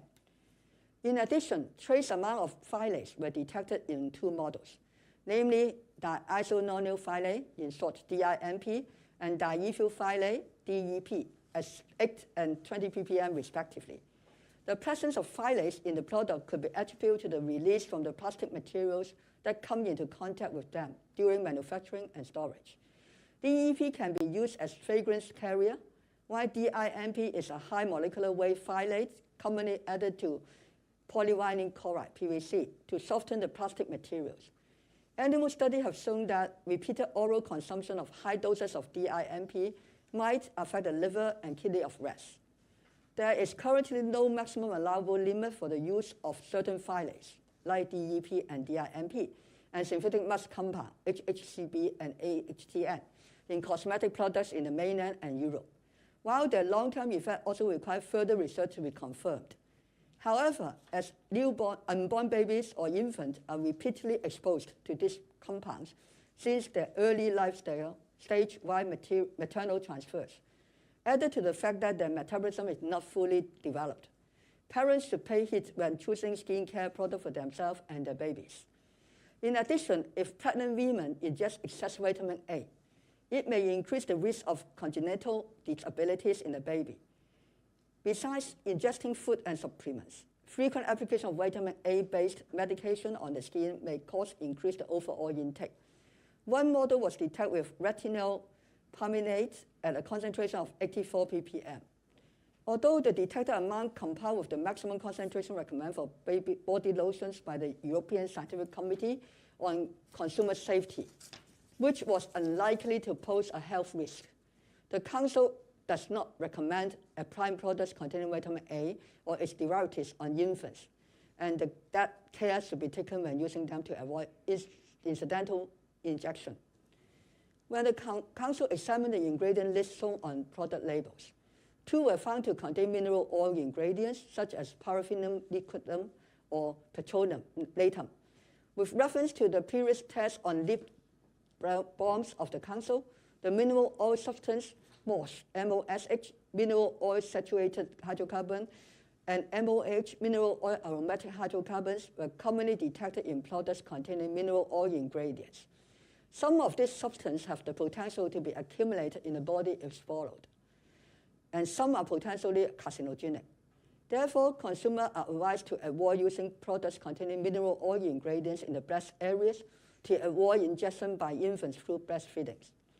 On the other hand, the Council found that some models have room for improvement in terms of the labeling of ingredients, display position, and the expiry date information, including 2 models with the ingredient list on the inner packaging, 2 models detected with comparatively high amount of fragrance allergen but not listed in the ingredient, and another 2 models with no information about the expiry date. Among the 26 models labeled with the usage period after opening, the expiry date actually varied considerably, ranging from 2 months to 36 months. Consumers should assess whether the product can be consumed within the specific period before purchasing to avoid wastage. When purchasing and using anti-scratch mark products, aside from reading the ingredient list and expiry date, consumers should be aware of the following. First, check if the product is applicable to wounds or scars after surgery, taking into account the product texture, skin condition, and seasonal factors. Second, if using products of different brands, consumers should pay heed to the ingredient and safety levels of different products. Third, consumers prone to allergic reaction to fragrances are advised to use products free of perfume and fragrance allergens. If allergy arises, consumers should stop using them immediately. Lastly, if mothers need to use the product on their breast during lactation, they should choose products that are free of synthetic musk and phthalates to avoid possible consumption of potentially harmful substances by infants. The full paper today is about clothing recycling services. With the relatively material abundance in Hong Kong, many consumers may have clothes that are rarely worn or even left untouched at the bottom of their wardrobes. In recent years, many organizations offer used clothing recycling services for consumers to donate their clothes to avoid wastage. The Consumer Council surveyed 11 organizations on the market that offer clothing recycling services and found that the clothing must meet certain criteria to be eligible for donation, including the clothing types, cleanliness conditions, and hygiene level. A minimum donation quality is also applied for clothes to be collected door to door. Clothing recycling services can help to extend the lifespan of clothes and promote environmental protection. However, to achieve sustainable consumption, a more direct and effective way that donating clothing is to reduce waste at its source by shopping rationally according to the need rather than wants, and refraining from purchasing large quantities of fast fashion garments that are cheap yet less durable and have short fashion trend cycles.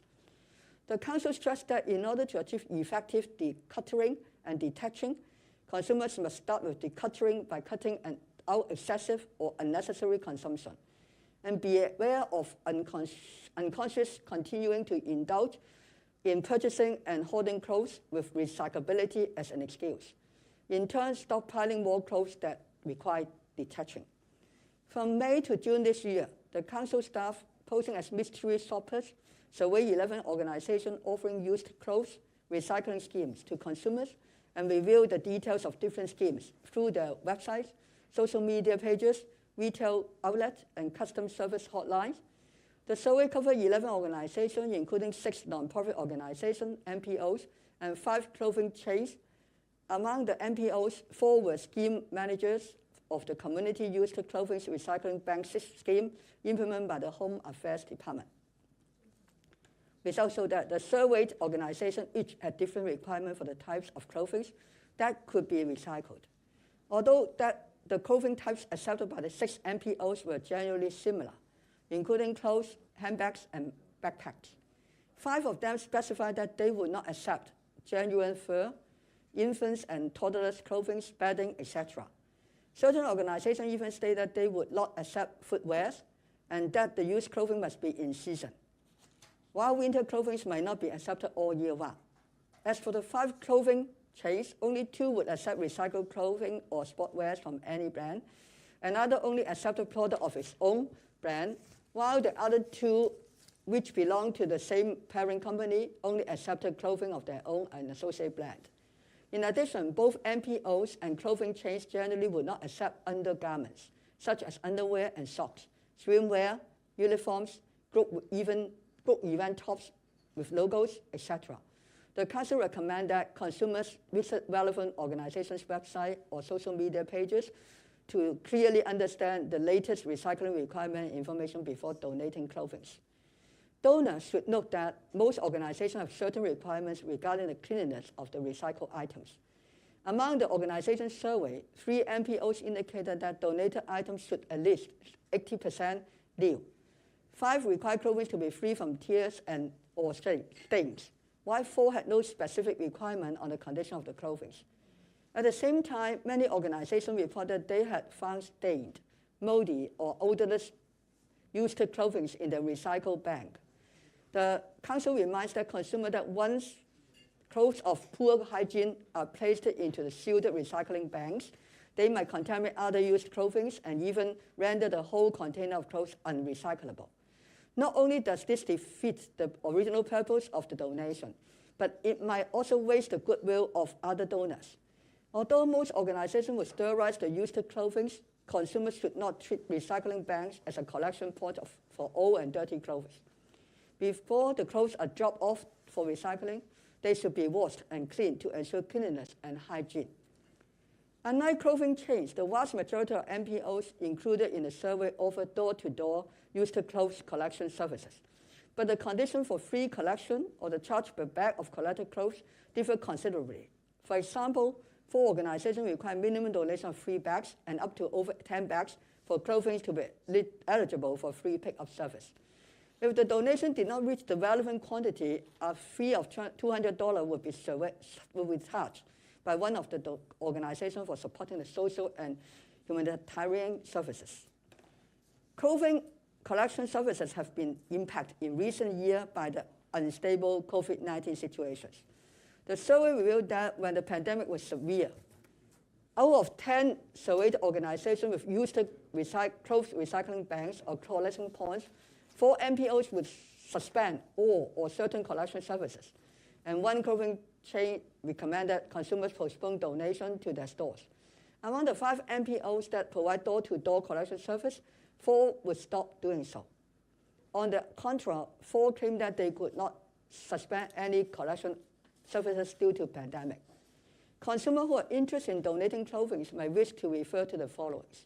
First, used clothes must be washed and wrapped in a bag before donation, and then properly dropped off at recycling banks or collection points.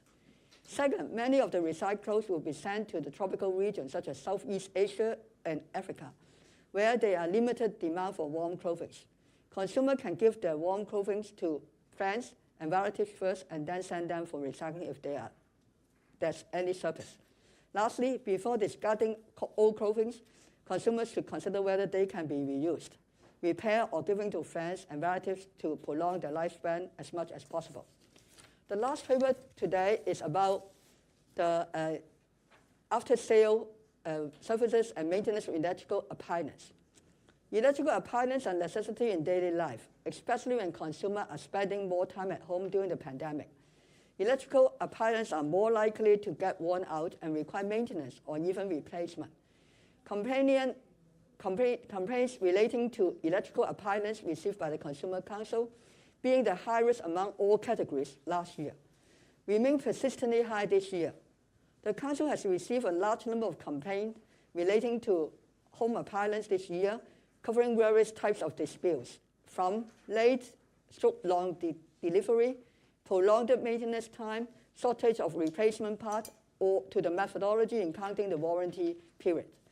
The Council understands the various issues arising from the pandemic, such as manpower shortage, delayed logistics, shortage of spare parts, and disrupted supply chain and transportation. However, as the pandemic has been ongoing for more than 2 years, traders have the responsibility to proactively tackle any possible issues that may arise under the new normal. The Council urged traders to ensure the stability of the supply chain and stock levels, and evaluate their ability to provide the products within a reasonable period before accepting orders. On the other hand, traders should enhance and strengthen their after-sales service by ensuring sufficient inventory or spare parts and providing a maintenance service within a reasonable time. Not only would this boost customer service confidence in their brand, but it could also providing the lifespan of the product and support sustainable consumption. In case where trader could not complete the delivery or maintenance as scheduled, they have the responsibility to inform customers in the first instance and offer cancellation and refund arrangement in the event of prolonged delay in delivery so as to protect the right of consumers. I quote one case for you as a reference today. Vacuum cleaner maintenance. The companion purchased an outright vacuum cleaner from Company A. Due to its malfunction, the appliance was passed to Company A for maintenance in mid-October 2021. Company A informed the companion that a maintenance charge of $550 for alternative spare parts was required due to lack of original parts. The companion disagreed with the charge since the vacuum cleaner was still under warranty and Company A should have the responsibility to provide suitable parts instead of charging its customer. Around 3 months later, upon the companion's follow-up inquiry on the maintenance progress, Company A suddenly stated that the vacuum cleaner had physical damage that affect its functionality and thus demand maintenance fee. However, as the maintenance receipt only stated that there were stains and scratches on the vacuum cleaner without mentioning any physical damage, the companion did not accept Company A's case.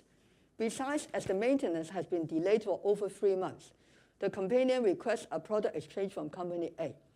After failing repeatedly to resolve the matter with Company A, the companion sought assistance from the council. After the council conciliation, Company A notified the council that they had reached a resolution with the companion to exchange the vacuum cleaner.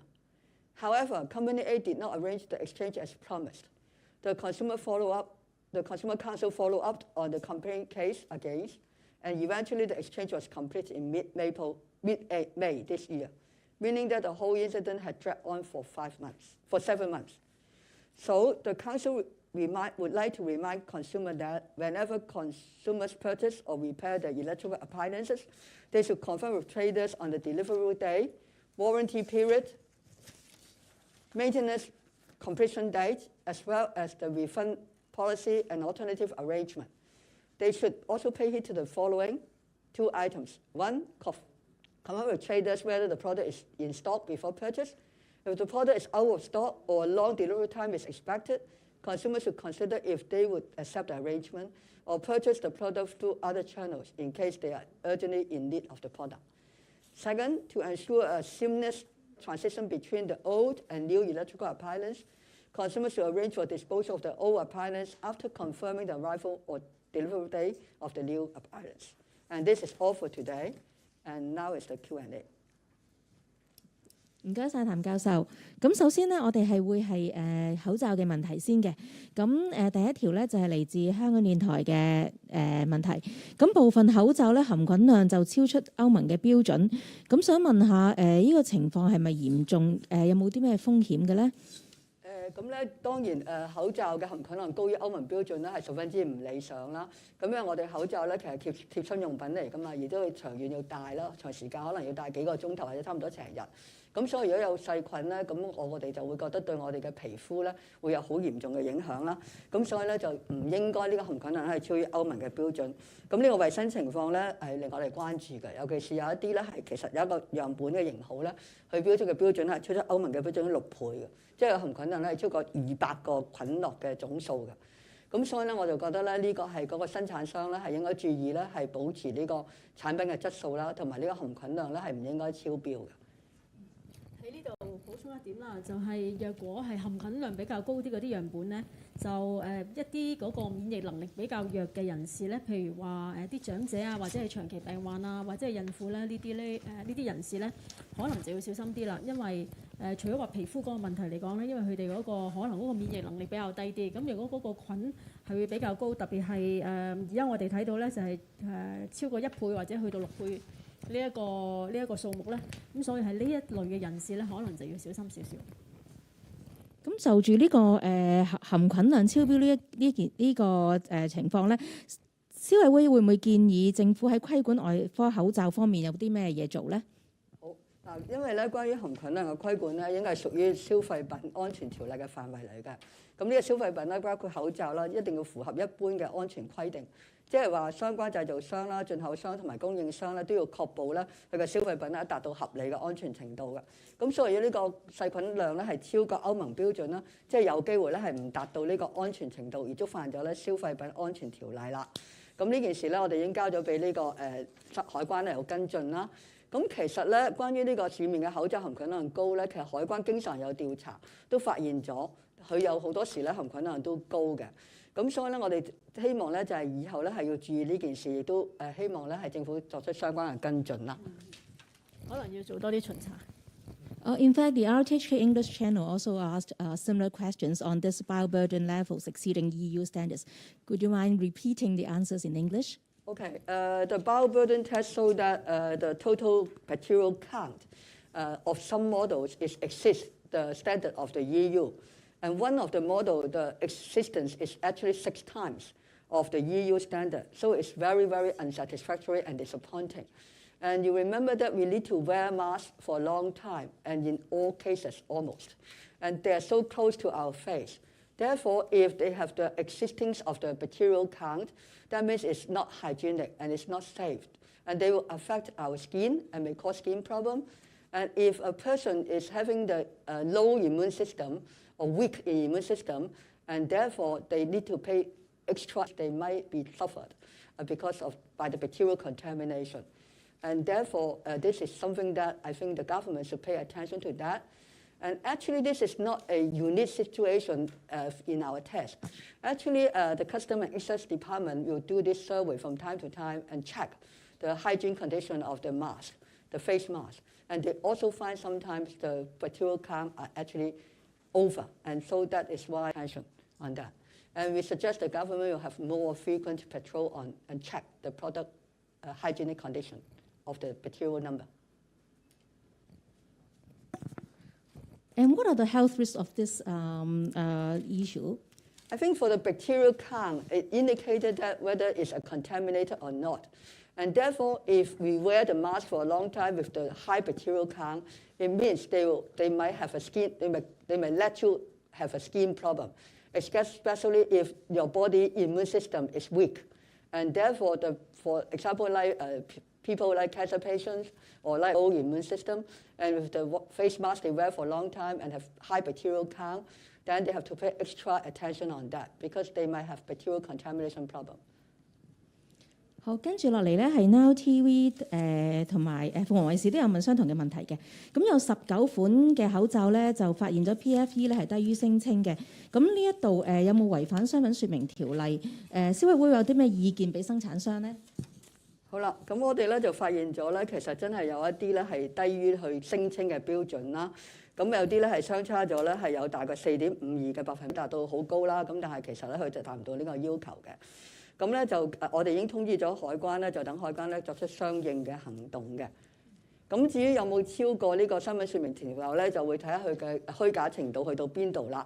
咁咧就究竟係差異有幾大啦？咁就唔可以咧就一概而論，咁就要逐個咁同埋咧係商戶如果係欠缺實質嘅支持，要再虛假聲明咧，咁就有呢個罪行啦。咁但係就真係會根據佢嘅型號係點樣樣，同埋佢嘅差異係點樣樣啦，過濾嘅效奶。所以咧，咁即係話消費者當你買完啲口罩之後咧，其實都要儲存嘅時候咧，要睇下個儲存環境，咁就唔會影響口罩嘅質素。咁所以兩方面都有原因，可能係個生產商、製造商，亦都可能係佢儲存運送過程嘅問題。或者呢度補充一點咧，就係我哋會睇到咧，今次啲生產商咧，其實比起以前咧，佢哋嗰個聲稱係 ASTM 水平嗰個嘅係比較最高嗰個，因為 ASTM 即係嗰個標準上邊咧，就係有呢一個 Level 1、Level 2、Level 3啦。咁我哋睇翻以前嘅測試咧，咁可以話係聲稱 Level 1嘅樣本咧係會比較多啲。咁但係咧，我哋睇到咧，即係當個社會對口罩嗰個質素嘅要求越嚟越高嗰陣時咧。咁亦都係啲生產商對自己嗰個嘅生產嗰個嘅質素係有信心嗰陣時，亦都係去到 Level 3咧，我哋睇到有成27款咧係今次係聲稱係 Level 3，咁有3款係 Level 2。咁所以咧喺就算你話係唔係觸犯商品説明條例都好啦嚇，因為我哋睇到今次都有12款咧，佢哋係根據佢哋嘅聲稱咧，可能就真係未。又根據我哋嘅測試嗰個結果啦，就係未必係就真係唔係到佢哋嗰個嘅聲稱，咁但係咧都係去到 Level 1，咁即係話咧喺嗰個保障市民嗰個嘅使用嗰個安全程度嚟講咧，都係有一定嘅保障嘅。咁但係因為大家聲稱到咁高嘅話咧，咁所以咧有一個好重要一點咧，就係嗰個嘅品質監控嗰方面咧，所有嘅廠商咧都真係要更加要做得好啊！嚇，就算喺今次裏面我哋睇到有啲樣本係爭啲啲嘅啫，咁但係若果你係爭啲啲嘅話，咁即係話個品質監控裏面咧可能唔夠穩定。咁若果係作為想係提供一個好嘅產品去俾消費者嘅使用嘅話咧，咁喺品質監控嗰度咧係明顯地有好多唔同嘅廠商咧都仲有空間可以去精益求精。特別係有菌落啦，又或者係啲 PFE 喺今次睇到咧嗰個嘅出即係嗰個結果咧，係比佢哋嘅聲稱係比較個差異會比較大啲。咁跟住落嚟咧係都係口罩嘅問題嚟嘅。都就問咧消委會今年咧就已經收到253宗同口罩有關嘅投訴啦。咁係啲咩類型係同埋係有幾多係同品質有關嘅咧？咁我哋喺用翻舊年同埋今年去睇先啦。如果係舊年嗱，其實過去呢3年咧，由疫情開始到而家咧，都會睇到好大嘅轉變嘅。喺2020年嗰陣時咧，有成4486宗嘅投訴，去到2021年咧就跌到落去得翻203宗。咁直至到今年嘅7月，因為我哋年初係第5波啦，咁所以咧就有253宗。咁我哋係明顯地睇到咧，就最大嘅投訴咧，就係喺個送貨延誤嗰方面，因為好多消費者去買呢一個口罩嗰陣時咧，都係網購，但係個疫情咧，大家都已經深深地感受到咧，係會對送貨咧係受一個好大嘅影響。同埋喺2020年嗰陣時咧，係啱啱香港開始係有唔同嘅廠商去製造呢一個口罩咧，喺嗰個設計同埋準備嘅流程裏面係出現咗一個延誤嘅話咧，咁即係話亦都會令到啲貨咧去遲咗俾一啲客戶啦。咁而有關於貨品質素嗰方面嘅投訴咧，就喺2020年嗰陣時咧有成311宗。咁而去到2021年咧就已經跌咗好多啦，28宗。咁去到今年頭呢7個月咧都係38宗啫。咁即係話咧，消費者係對呢一個貨品質素呢一方面嗰個投訴咧係比以前係少咗嘅。咁當然亦都唔可以掉以輕心啦，因為口罩係一個可以話係保護大家嘅一個係抗疫嘅物資嚟嘅。咁所以咧就當我哋個本地嘅市場越嚟越成熟嘅時候，消費者嗰個訴求又或者係個期望咧都係會比以前高。咁亦都係廠商都係應該要跟翻佢哋自己本身嗰個聲稱咧，就係去提供翻相應嗰個嘅產品嗰個嘅質素嘅。口罩嘅問題咧，都有香港電台同埋南華早報都有問嘅，咁所以麻煩呢條題目可能係答完中文，跟住要答埋英文嘅。咁今次嘅測試同2017同埋2020年比較咧，有冇啲咩改善或者退步嘅地方，同埋有冇啲咩值得關注嘅新現象出現咗？其實今次嘅測試咧，同2017同埋2020年比較咧，其實喺呢個PFE 同埋 BFE 咧，即係細菌過濾嘅效率同埋呢個嘅果粒過濾效率咧，其實都比上一次咧就係稍為有啲進步。咁亦都咧係其實雖然用咗顏色口罩或者紅外口罩咧，其實嗰個結果咧亦都係唔錯嘅，就比呢個一般嘅白色或者藍色或者綠色嘅口罩咧，其實都不遜色嘅。咁啊，所以今次嘅話咧，其實就係比上一次咧都係稍為好啲。正話我哋嘅總幹事講啦，其實今次測試好多人聲稱都係 level 2同埋 3嘅，上次咧反而好多 level 1。咁但係我哋今次仍然都發現咗一個問題係咩咧？好多時測試嘅結果咧，同佢聲稱咧就唔係好符合嘅。咁呢個第一個就係有少少咧，就係佢話自己係98%啊、99%，但係有啲樣品我哋測試出嚟咧，其實就唔達到呢個水平。雖然都可以達到 level 1，即係對我哋用嘅時候都係安全啦。咁但係作為消費者嚟講，我覺得一個最基本嘅權益咧，就係你話乜嘢咧，我可以攞到乜嘢嘅產品。咁所以咧，如果當佢嘅聲稱唔符合咧，其實係一定嘅問題嘅。咁啊，希望呢個咧就係會希望跟進啦。咁第二個亦都發現咗咧，今次都發現咗咧，其實都有細菌呢個問題啦，即係嗰個唔係好安全喺衞生上邊啦。咁亦都發現有1-2個樣本咧，其實佢嗰個防水防滲能力咧就唔係好理想啊。正如我哋做呢個血液測試嘅時候咧，咁有啲咧啲血都會過嚟我哋嘅身上，即係去到個口嗰度啦。咁再加上咧，亦都有一啲咧個耳帶咧都係容易斷嘅。咁所以即係話咧，你好多時戴下之後咧，或者一拎咁啊斷咗，咁你去換啦。咁呢個就係製造好多嘅唔方便。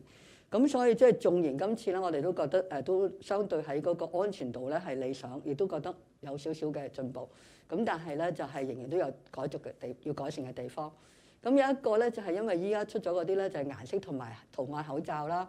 咁呢個都可以理解，因為真係好苦悶啊！即係2年多都戴住口罩，咁都希望有多啲嘅色彩同埋生活上開心啲啦。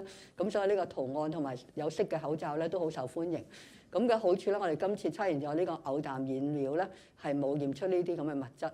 咁所以即係話咧係相對都係安全，而且佢哋嘅功效或者效能咧，亦都同呢個單色口罩咧其實係不相伯仲，亦都唔會話差啲嘅。咁所以呢個咧，大家咧可以喺開心之餘咧，可以買呢啲顏色口罩嚟戴都冇所謂。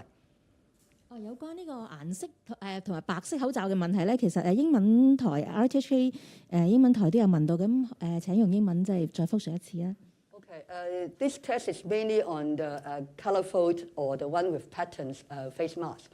And then this time we test these 30 models in terms of the performance. That means the BFE, the bacterial filtration efficiency, and the PFE, the average particle filtration efficiency of this colorful mask is actually more or less comparable to that with the single colored mask. That means it is actually useful or safe to use this colorful mask. More else, because it's color, that's why we also test the azo dye, the content of the azo dye, and see whether this azo dye is actually on the mask and will penetrate it and affect our health.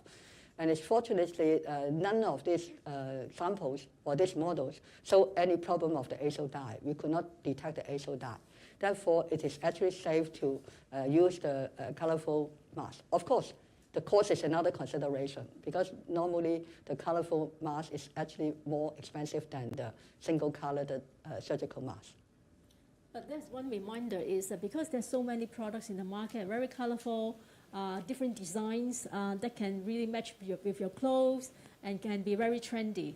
But one thing to remind is don't over-consume, over-purchase. Reasons being is there's still expiry date for your face mask, although the expiry date usually is quite long, but over-consumption of face masks is still not environmentally friendly, especially if it is too many boxes, at home. So we still have to maintain maintain your rationality, making sure that you have enough good face masks to support your need, but don't over-consume just for the environmental sake as well.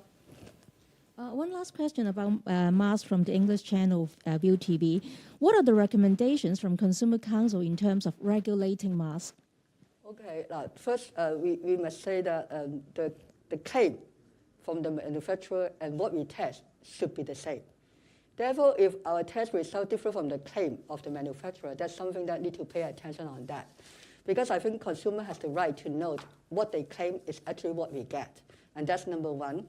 And otherwise, because you remember under the Consumer Goods Safety Ordinance, consumer goods must comply with the general safety requirement. Therefore, if we detected some bacterial contamination or something that is not good, that is something that we need to pass it to the manufacturer and to improve it. So the good should be reasonably safe. And we can see that there's one product, the bacterial content is actually quite high. It's 6 times higher than the EU standard. And therefore, that is more or less not compiled with the reasonable safe regulation on that. And therefore, we think that it's important the government should actually look at this issue. And then at the moment, because this is surgical mask, they have no special regulation on that or specific legislation on that. Therefore, we actually think the government should consider whether there's needed to have specific regulation to regulate the manufacturing, import, sale, export, sale, and use of the medical devices. And then we also think that they should strengthen or heightening the requirement for quality of face masks and strengthening the regulation because we should not detect any bacterial contamination on the face mask. And all the performance they claim should be as they claim. But unfortunately, this time it's not all of them fulfill the claim. Sorry, the SCMP would like you to repeat the answers to the comparative test with 2017 and 2020 in English again. Okay, now remember in 2020, 2011, the 2020 we did 30 samples, 30 models, and then 2017 we do 29 models. And this time we also do 30 models. But actually in the last 2 times, because there's not so many level 3, so in 2017 we only got 1 model is level 3 ASTM standard, and then in 2020 we have 2 models. While in 2022 we have actually 27 models called level 3 ASTM standard, while we have none on the level 1. So you can see, while in the other 2 years they have more of the level 1. And so this is the difference in the test. And also this time, all the 30 models are actually colorful or patterned face masks. While in the past, it's not that many of the colorful, or most of them are single-colored face masks. And in terms of the BFE and PFE, the performance, the difference between this time and the last time is not actually that significantly different. And for example, the high-risk BFE percentage is 99.9% average this time, and same as in 2020 and 2017. Of course, the low-risk average, which is better this time, we have 97% for the lowest average BFE, while in 2017, just the beginning, it's only 60%, while in 2020, it's only 96%. And this trend is same as the PFE. So that means this time, the minimum PFE average and the high-risk PFE average is actually, for the lowest one, the minimum, they are higher than 2020 and 2017, while the high-risk average is comparable to 2020 and 2017. And so, for the difference between the claimed and what we test, and this time we actually got more model. They do not fulfill the claim, and we find that difference between what we test result and claim, and that is the difference. Probably overall, we can say that for those face masks that manufacturing locally, which is the majority of the samples that we have this time, the overall quality is fairly good in terms of the PFE and also the BFE. But as we repeat a few times, it's really about the quality control of the manufacturers. With all the very high claim of level 3, if your product, some of them marginally cannot meet that, or some of them is below the requirements of 98%, that would create problem in your claim. So probably the quality control side, the traders really have to improve. And also in terms of from the regulatory side, apart from the accuracy of the claim, probably more guidance about the requirements of the standards for different face masks would be useful for the trade as well to follow. So probably this will be the direction, because overseas there are different ways to regulate the face mask that require a lot more in-depth study on that. 跟住落嚟，我哋係去到攪拌機嘅問題嘅。咁 Now TV 就問咧，有2款嘅攪拌機咧就未能夠完全攪碎食材，咁呢度有冇違反到商品説明條例嘅咧？呢個係未必係因為咧其實你要知道咧，佢要違反商品説明條例咧，佢一定係要好清楚話佢個商品有咩嘢啦，然之後你達唔到咩嘢啦，咁先可以算係違反商品條例㗎。咁依家今次我哋嘅烹調攪拌機咧，攪拌食物只係其中一個功能嚟嘅。咁佢就有好多其他嘅功能嘅，譬如有啲會叫自己係養生機啦，所以咧當佢唔能夠完全攪碎啲食物嘅時候咧，其實未必係真係完全觸犯咗呢個商品説明條例嘅。咁所以咧呢個就比較難以説明啦。喺今次嘅測試裏面咧，係我哋呢12款咧，因為我哋都係測試咗5款唔同嘅湯品啦，我哋話叫湯壺啦，西式濃湯、雜菜湯、蔬菜沙冰、豆漿同埋芝麻糊。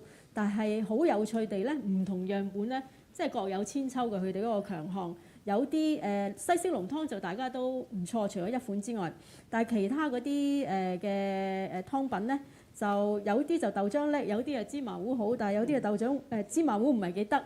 咁所以咧就真係好視乎消費者你自己本身嗰個飲食習慣，你想用下嚟整啲乜嘢比較多啲啦。所以咧就今次呢2個樣本咧都睇到佢有其他嘅湯品嗰度咧係做得唔錯，但係亦都有啲係要打得好碎嗰啲咧，譬如話芝麻糊啊等等咧，係會比較弱啲。咁所以真係好視乎大家嗰個飲食習慣。A question from the RTHK English channel regarding the cooking blenders with safety hazards. What are the risks associated, and is there a need to recall these products? For this blending product, the main safety issue is about two things, as far as I remember. One is insufficient insulation distance between the live part and the surface accessible by the users. Therefore, that means it poses potential safety risk. And the other safety issue is related to the thermal protection.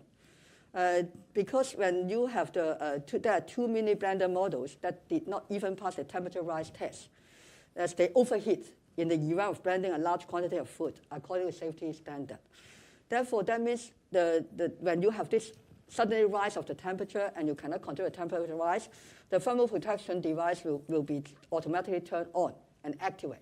And so we cannot even complete the test. Therefore, we say this probably is a safety issue because if the heat is increasing, the temperature is increasing, and so it might cause problem if you accidentally touch the blender, or if the heat continue rise, it might cause more serious problems. And so we actually recorded one model have a temperature rise of 58 K. K means 1 degree Celsius at the power cord connector. That means the standard of the safety limit is 45 K. So this particular model, they have 13 K or 13 degrees Celsius higher than the safety standard. So when you have high temperature, you know the problem. So that's the two major issues. But whether you need to recall back, according to the government, they say if you use it under normal situation, that might not be the problem. But if you hear any strange noise, or if you feel the heat is continue rising, you better stop using it. Okay.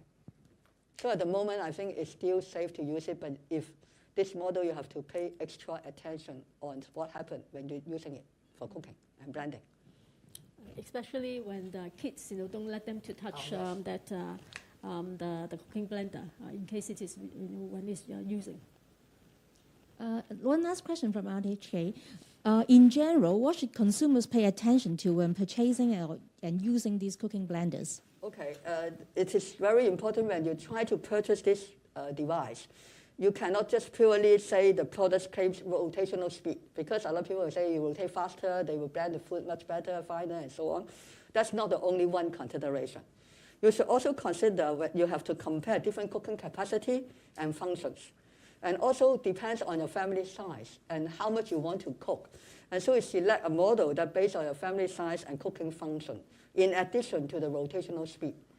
The second one is you must remember when you buy the device, when you clean it, it is must be important, it is some very sharp blades inside the blending cup.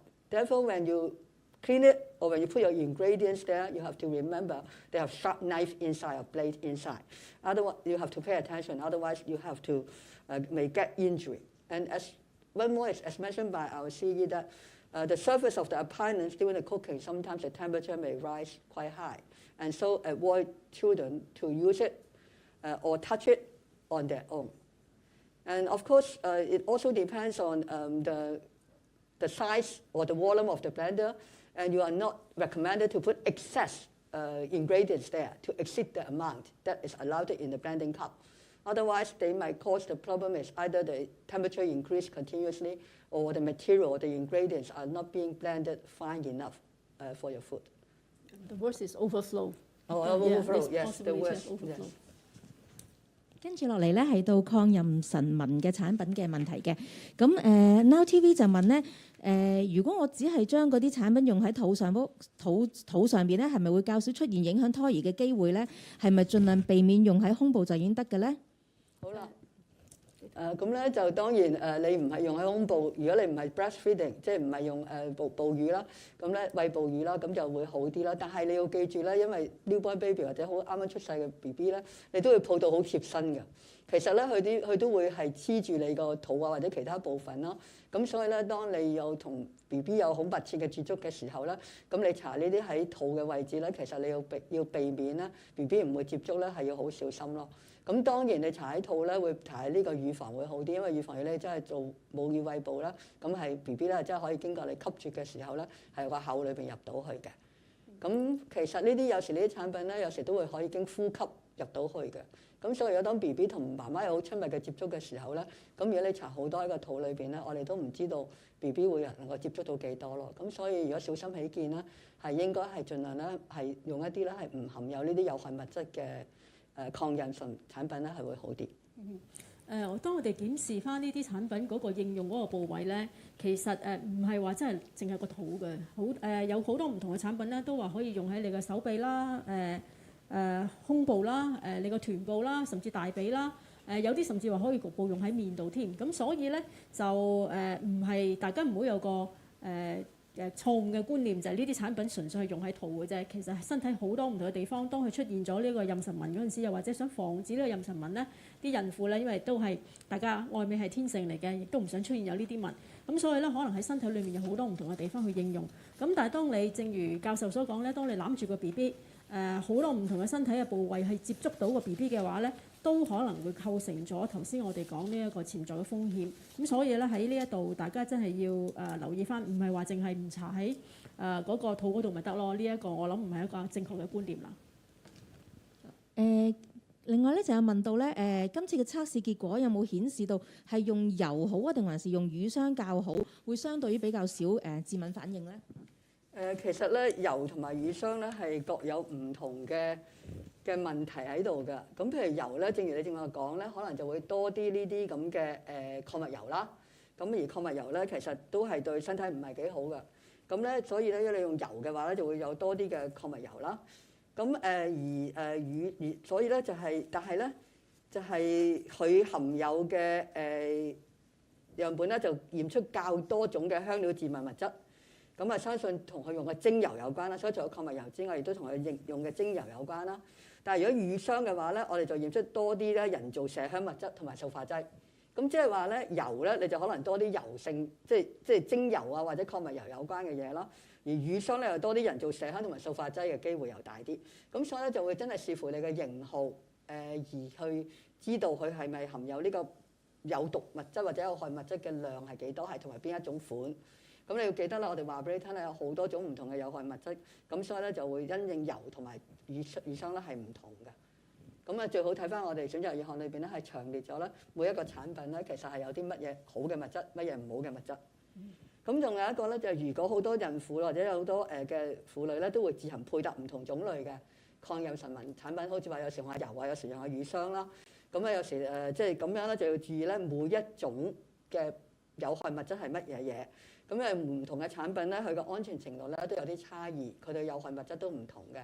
咁所以當自己配製唔同嘅產品嘅時候咧，就要自己注意啦。咁譬如用嘅時候咧，如果真係發現開始皮膚有啲痕癢啊，或者紅腫啊，或者乜啦，咁或者唔係好舒服咧，最好就係即刻停用啦。然之後有需要嘅時候就睇醫生。喺呢度要補充一點，就係啲孕婦啦嚇，當你哋去揀自己嗰啲嘅個人或者係俾 BB 用嘅一啲嘅呢啲譬如妊娠紋嘅產品，或者係一啲個人護理嘅用品都好啦嚇，其實真係要格外小心嘅。個原因就係因為呢一啲嘅有害物質，譬如話麝香咁先算啦嚇，其實係可以存在喺好多唔同嘅護理用品啦，又或者係一啲清潔劑嗰度嘅。咁所以若果當你去揀其他嘅產品嗰陣時，用品嗰陣時係用咗好多含有呢一啲嘅有害物質，加埋就係妊娠紋嘅產品係即係俾 BB 掂到嘅話咧，其實咧某程度上都係增加咗風險。所以作為孕婦又好，或者係媽咪係餵哺母乳期間咧，其實你點樣揀呢啲產品係應該要真係一個好簡單嘅建議，就係盡量一定要最好唔好揀有呢一啲嘅有害物質嘅產品。咁呢個係應該係最安全之策嚟嘅。咁關於妊娠紋產品嘅一啲投訴啦，咁根據資料顯示咧，就截至7月為止咧，消委會就接到關於2宗有關呢啲產品嘅投訴。可唔可以分享一下原因係乜嘢？其實咧呢2宗投訴咧，一宗咧就係有關於呢一個產品過期，懷疑佢係唔好意思，呢兩個一個係懷疑佢係假貨，另外一個咧就係講係過期產品。咁因為咧懷疑假貨係因為嗰個消費者係不嬲都用開嗰個產品，咁佢跟住再買啦。咁但係當送貨送到嚟嗰陣時咧，喺嗰個質感，又或者係佢嗰個顏色等等係同佢以往用嗰個係有出入嘅話咧，咁佢就有懷疑係呢一個假貨啦。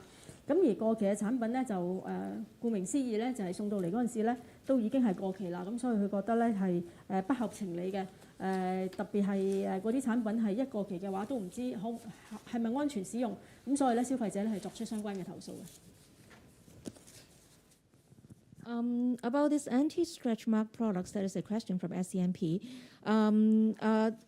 Regarding the products that contain fragrance allergens or potentially harmful substances, how regularly do women need to use in order to be considered harmful to their health, to their own health or their child's health? Okay, because most of this product you have to use it at least twice a day, or some of them even say 3 times a day. And so actually you are using quite a lot in a day, and you have to use it for a duration of like a couple months. And some of them, they will use it actually very soon after they know they're pregnant, and they will continue using it even after birth for about 3 months or so on. So it's a kind of quite a long time usage of this product, and you have to frequently use it per day. So it depends on the product, and some of them, if they have a high concentration of these fragrance allergens, or they have more than one type of fragrance allergens, then you have to pay attention on that, because some model or some of the product, the total concentration is really high. And so at the moment, we still don't know the long-term effect of this fragrance allergen, and we don't know how much they will go into the baby or the newborn infant. And so that's why we have to advise, it is actually you have to pay extra attention when you're using this one, especially if you have close contact with the fetus or with the baby, or if you have a breastfeeding mother. And this is what we can advise. And also the choice of other personal care products and also household cleaning products, you have to pay extra attention as well, because this kind of harmful substance, like musk, synthetic musk, also exist in personal care product, like perfume or maybe your own body lotion.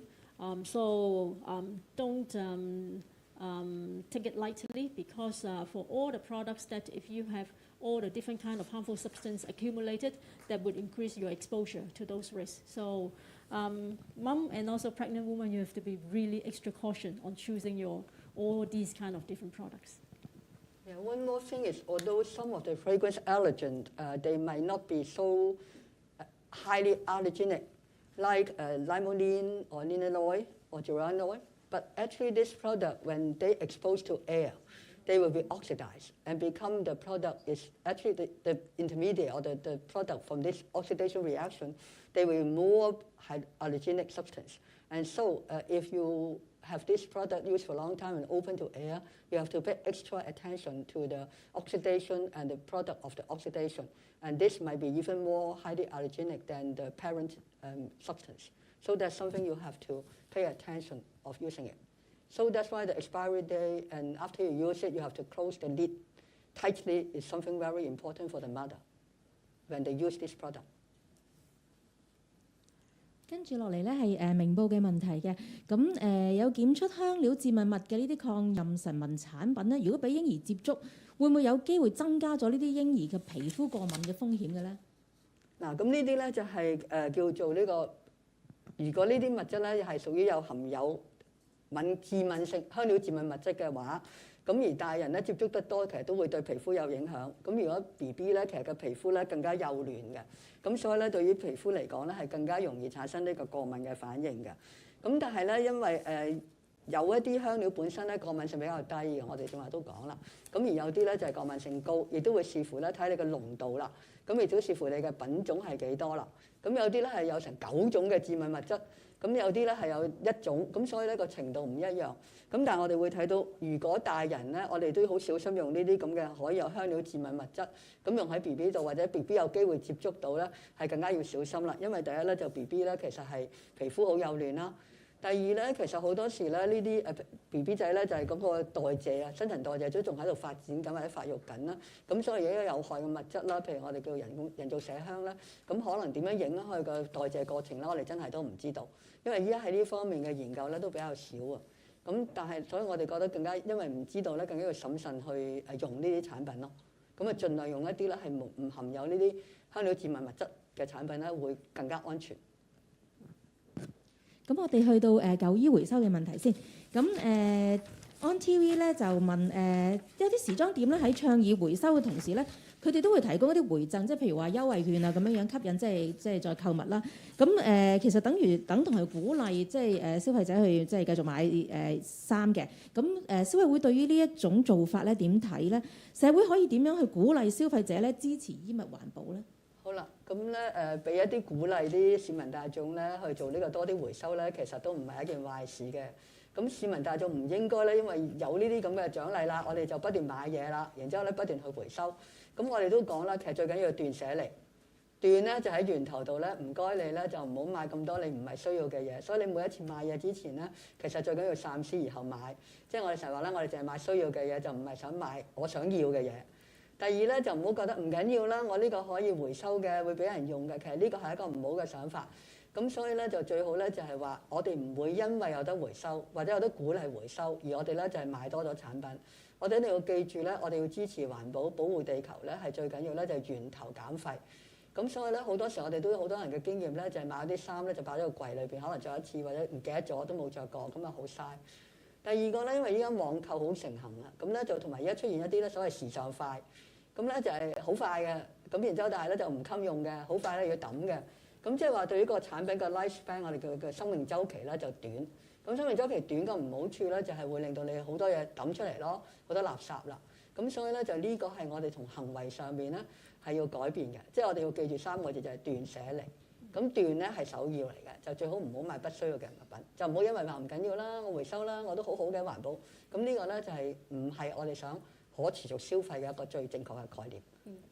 又或者一啲你哋喺屋企諗住係送俾人或者係抌嘅衫咧，其實咧可能都係佢有其他嘅用途嘅。咁你會唔會可以重新去重用佢或者去修理佢咧？咁呢一方面咧，大家都可以考慮，因為其實而家喺坊間咧已經多咗好多工作坊咧，就係教大家點樣可以將你啲舊衫咧去重整，係變為一個新衫，又或者有某一啲嘅物料可以嗌嚟係有其他嘅用途嘅，譬如話一啲舊嘅 T-shirt。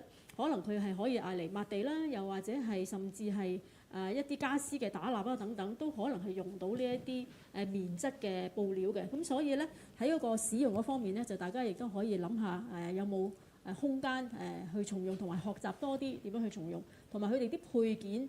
如果係大家都係諗住去抌嘅話，可能有啲配件咧譬如啲鈕啊等等，可能你可以再用翻嘅，咁亦都唔需要浪費。咁大家只要花多啲心思嘅話咧，其實喺一啲你以為係抌嘅衫裏面，可能裏面都仲係有一啲嘅用途係可以用到啦。咁而當然啦，就係最好就係大家可以係正如頭先阿教授所講，就真係要理性咁樣去消費咯。跟住我哋就係去到電器售後服務維修投訴方面嘅。咁想問下咧，今年消委會收到幾多宗關於電器嘅投訴？佔總投訴幾多個百分比係點咧？同埋嚟緊咧而家應該話而家咧就已經派咗消費券啦。咁會唔會預期咧呢一個投訴咧會有所上升嘅咧？嗱，其實咧就過去嗰啲有關於電器嘅投訴咧，即係不斷咁樣上升緊。嗱，如果我哋睇翻喺2018年、19年嗰陣時咧，即係喺疫情之前啦嚇，咁就係大約每年平均係1800宗左右啦。咁但係明顯地咧，一步入呢一個疫情嘅年份嗰陣時咧，就一路係上升緊啦。咁喺2020年嗰陣時咧，就2026宗，去到2021年咧就2578宗。咁而佔當年嗰個嘅投訴嗰個嘅比例咧，都係上升緊嘅。去年咧就去到9%，亦都係所有投訴嘅類別裏面最高嘅類別。咁而今年頭嗰7個月咧，真係唔樂觀啦，因為大家都係居家抗疫緊，同埋對個電器嗰個需求咧，或者個使用咧都會比較頻繁咧。咁已經去到1946宗，咁係佔咗喺所有投訴嘅比例嚟講咧，去到11%。咁所以咧，我哋都會睇到咧，喺電器呢一方面咧，個投訴咧係預計咧都係會不斷咁樣上升嘅。咁大家就會問啦，咁究竟乜嘢嘅電器嘅投訴會比較多啲啊？叮當碼頭頭嗰位咧就係呢一個電視機同埋冷氣機，咁而第3位咧就係洗衣機。咁呢3個咧都係超過1000宗嘅，電視同埋冷氣咧分別咧就係1491宗，同埋如果我而家係講緊呢個數字咧係過去2018年去到2021年嗰個嘅數字嚇，咁樣係純2022年1月到7月咧電視機咧就有203宗，冷氣機咧就217宗，洗衣機咧就185宗。咁而雪櫃咧就都去到124宗，吸塵機咧就好有趣地咧喺今年咧係飆升得比較緊要啲嘅。喺2020年嗰陣時，由96宗升到2021年嘅198宗，到去到2022年咧都已經升到162宗啦。咁所以咧就大家都會睇到咧係呢幾個電器咧嗰個嘅投訴咧係會比較多啲嘅。咁有剩嗰啲咧就譬如話大家常用嘅風扇啊、電熱水爐啊、抽油煙機啊、空氣清新機啊或者係微波爐咧，都係可以話係喺頭10位裡面嘅，由第5至到第10位。咁而最後想提一提嘅咧就係網購相關嘅電器投訴啦。咁而係牽涉到網購嗰個百分比咧，我哋都會睇到係不斷上升嘅。因為以前咧就大家唔係好習慣去呢一個網上邊去買電器，咁但係而家咧就非常之習慣咧，可能喺網上邊睇完比較完之後咧，就已經喺網上落單。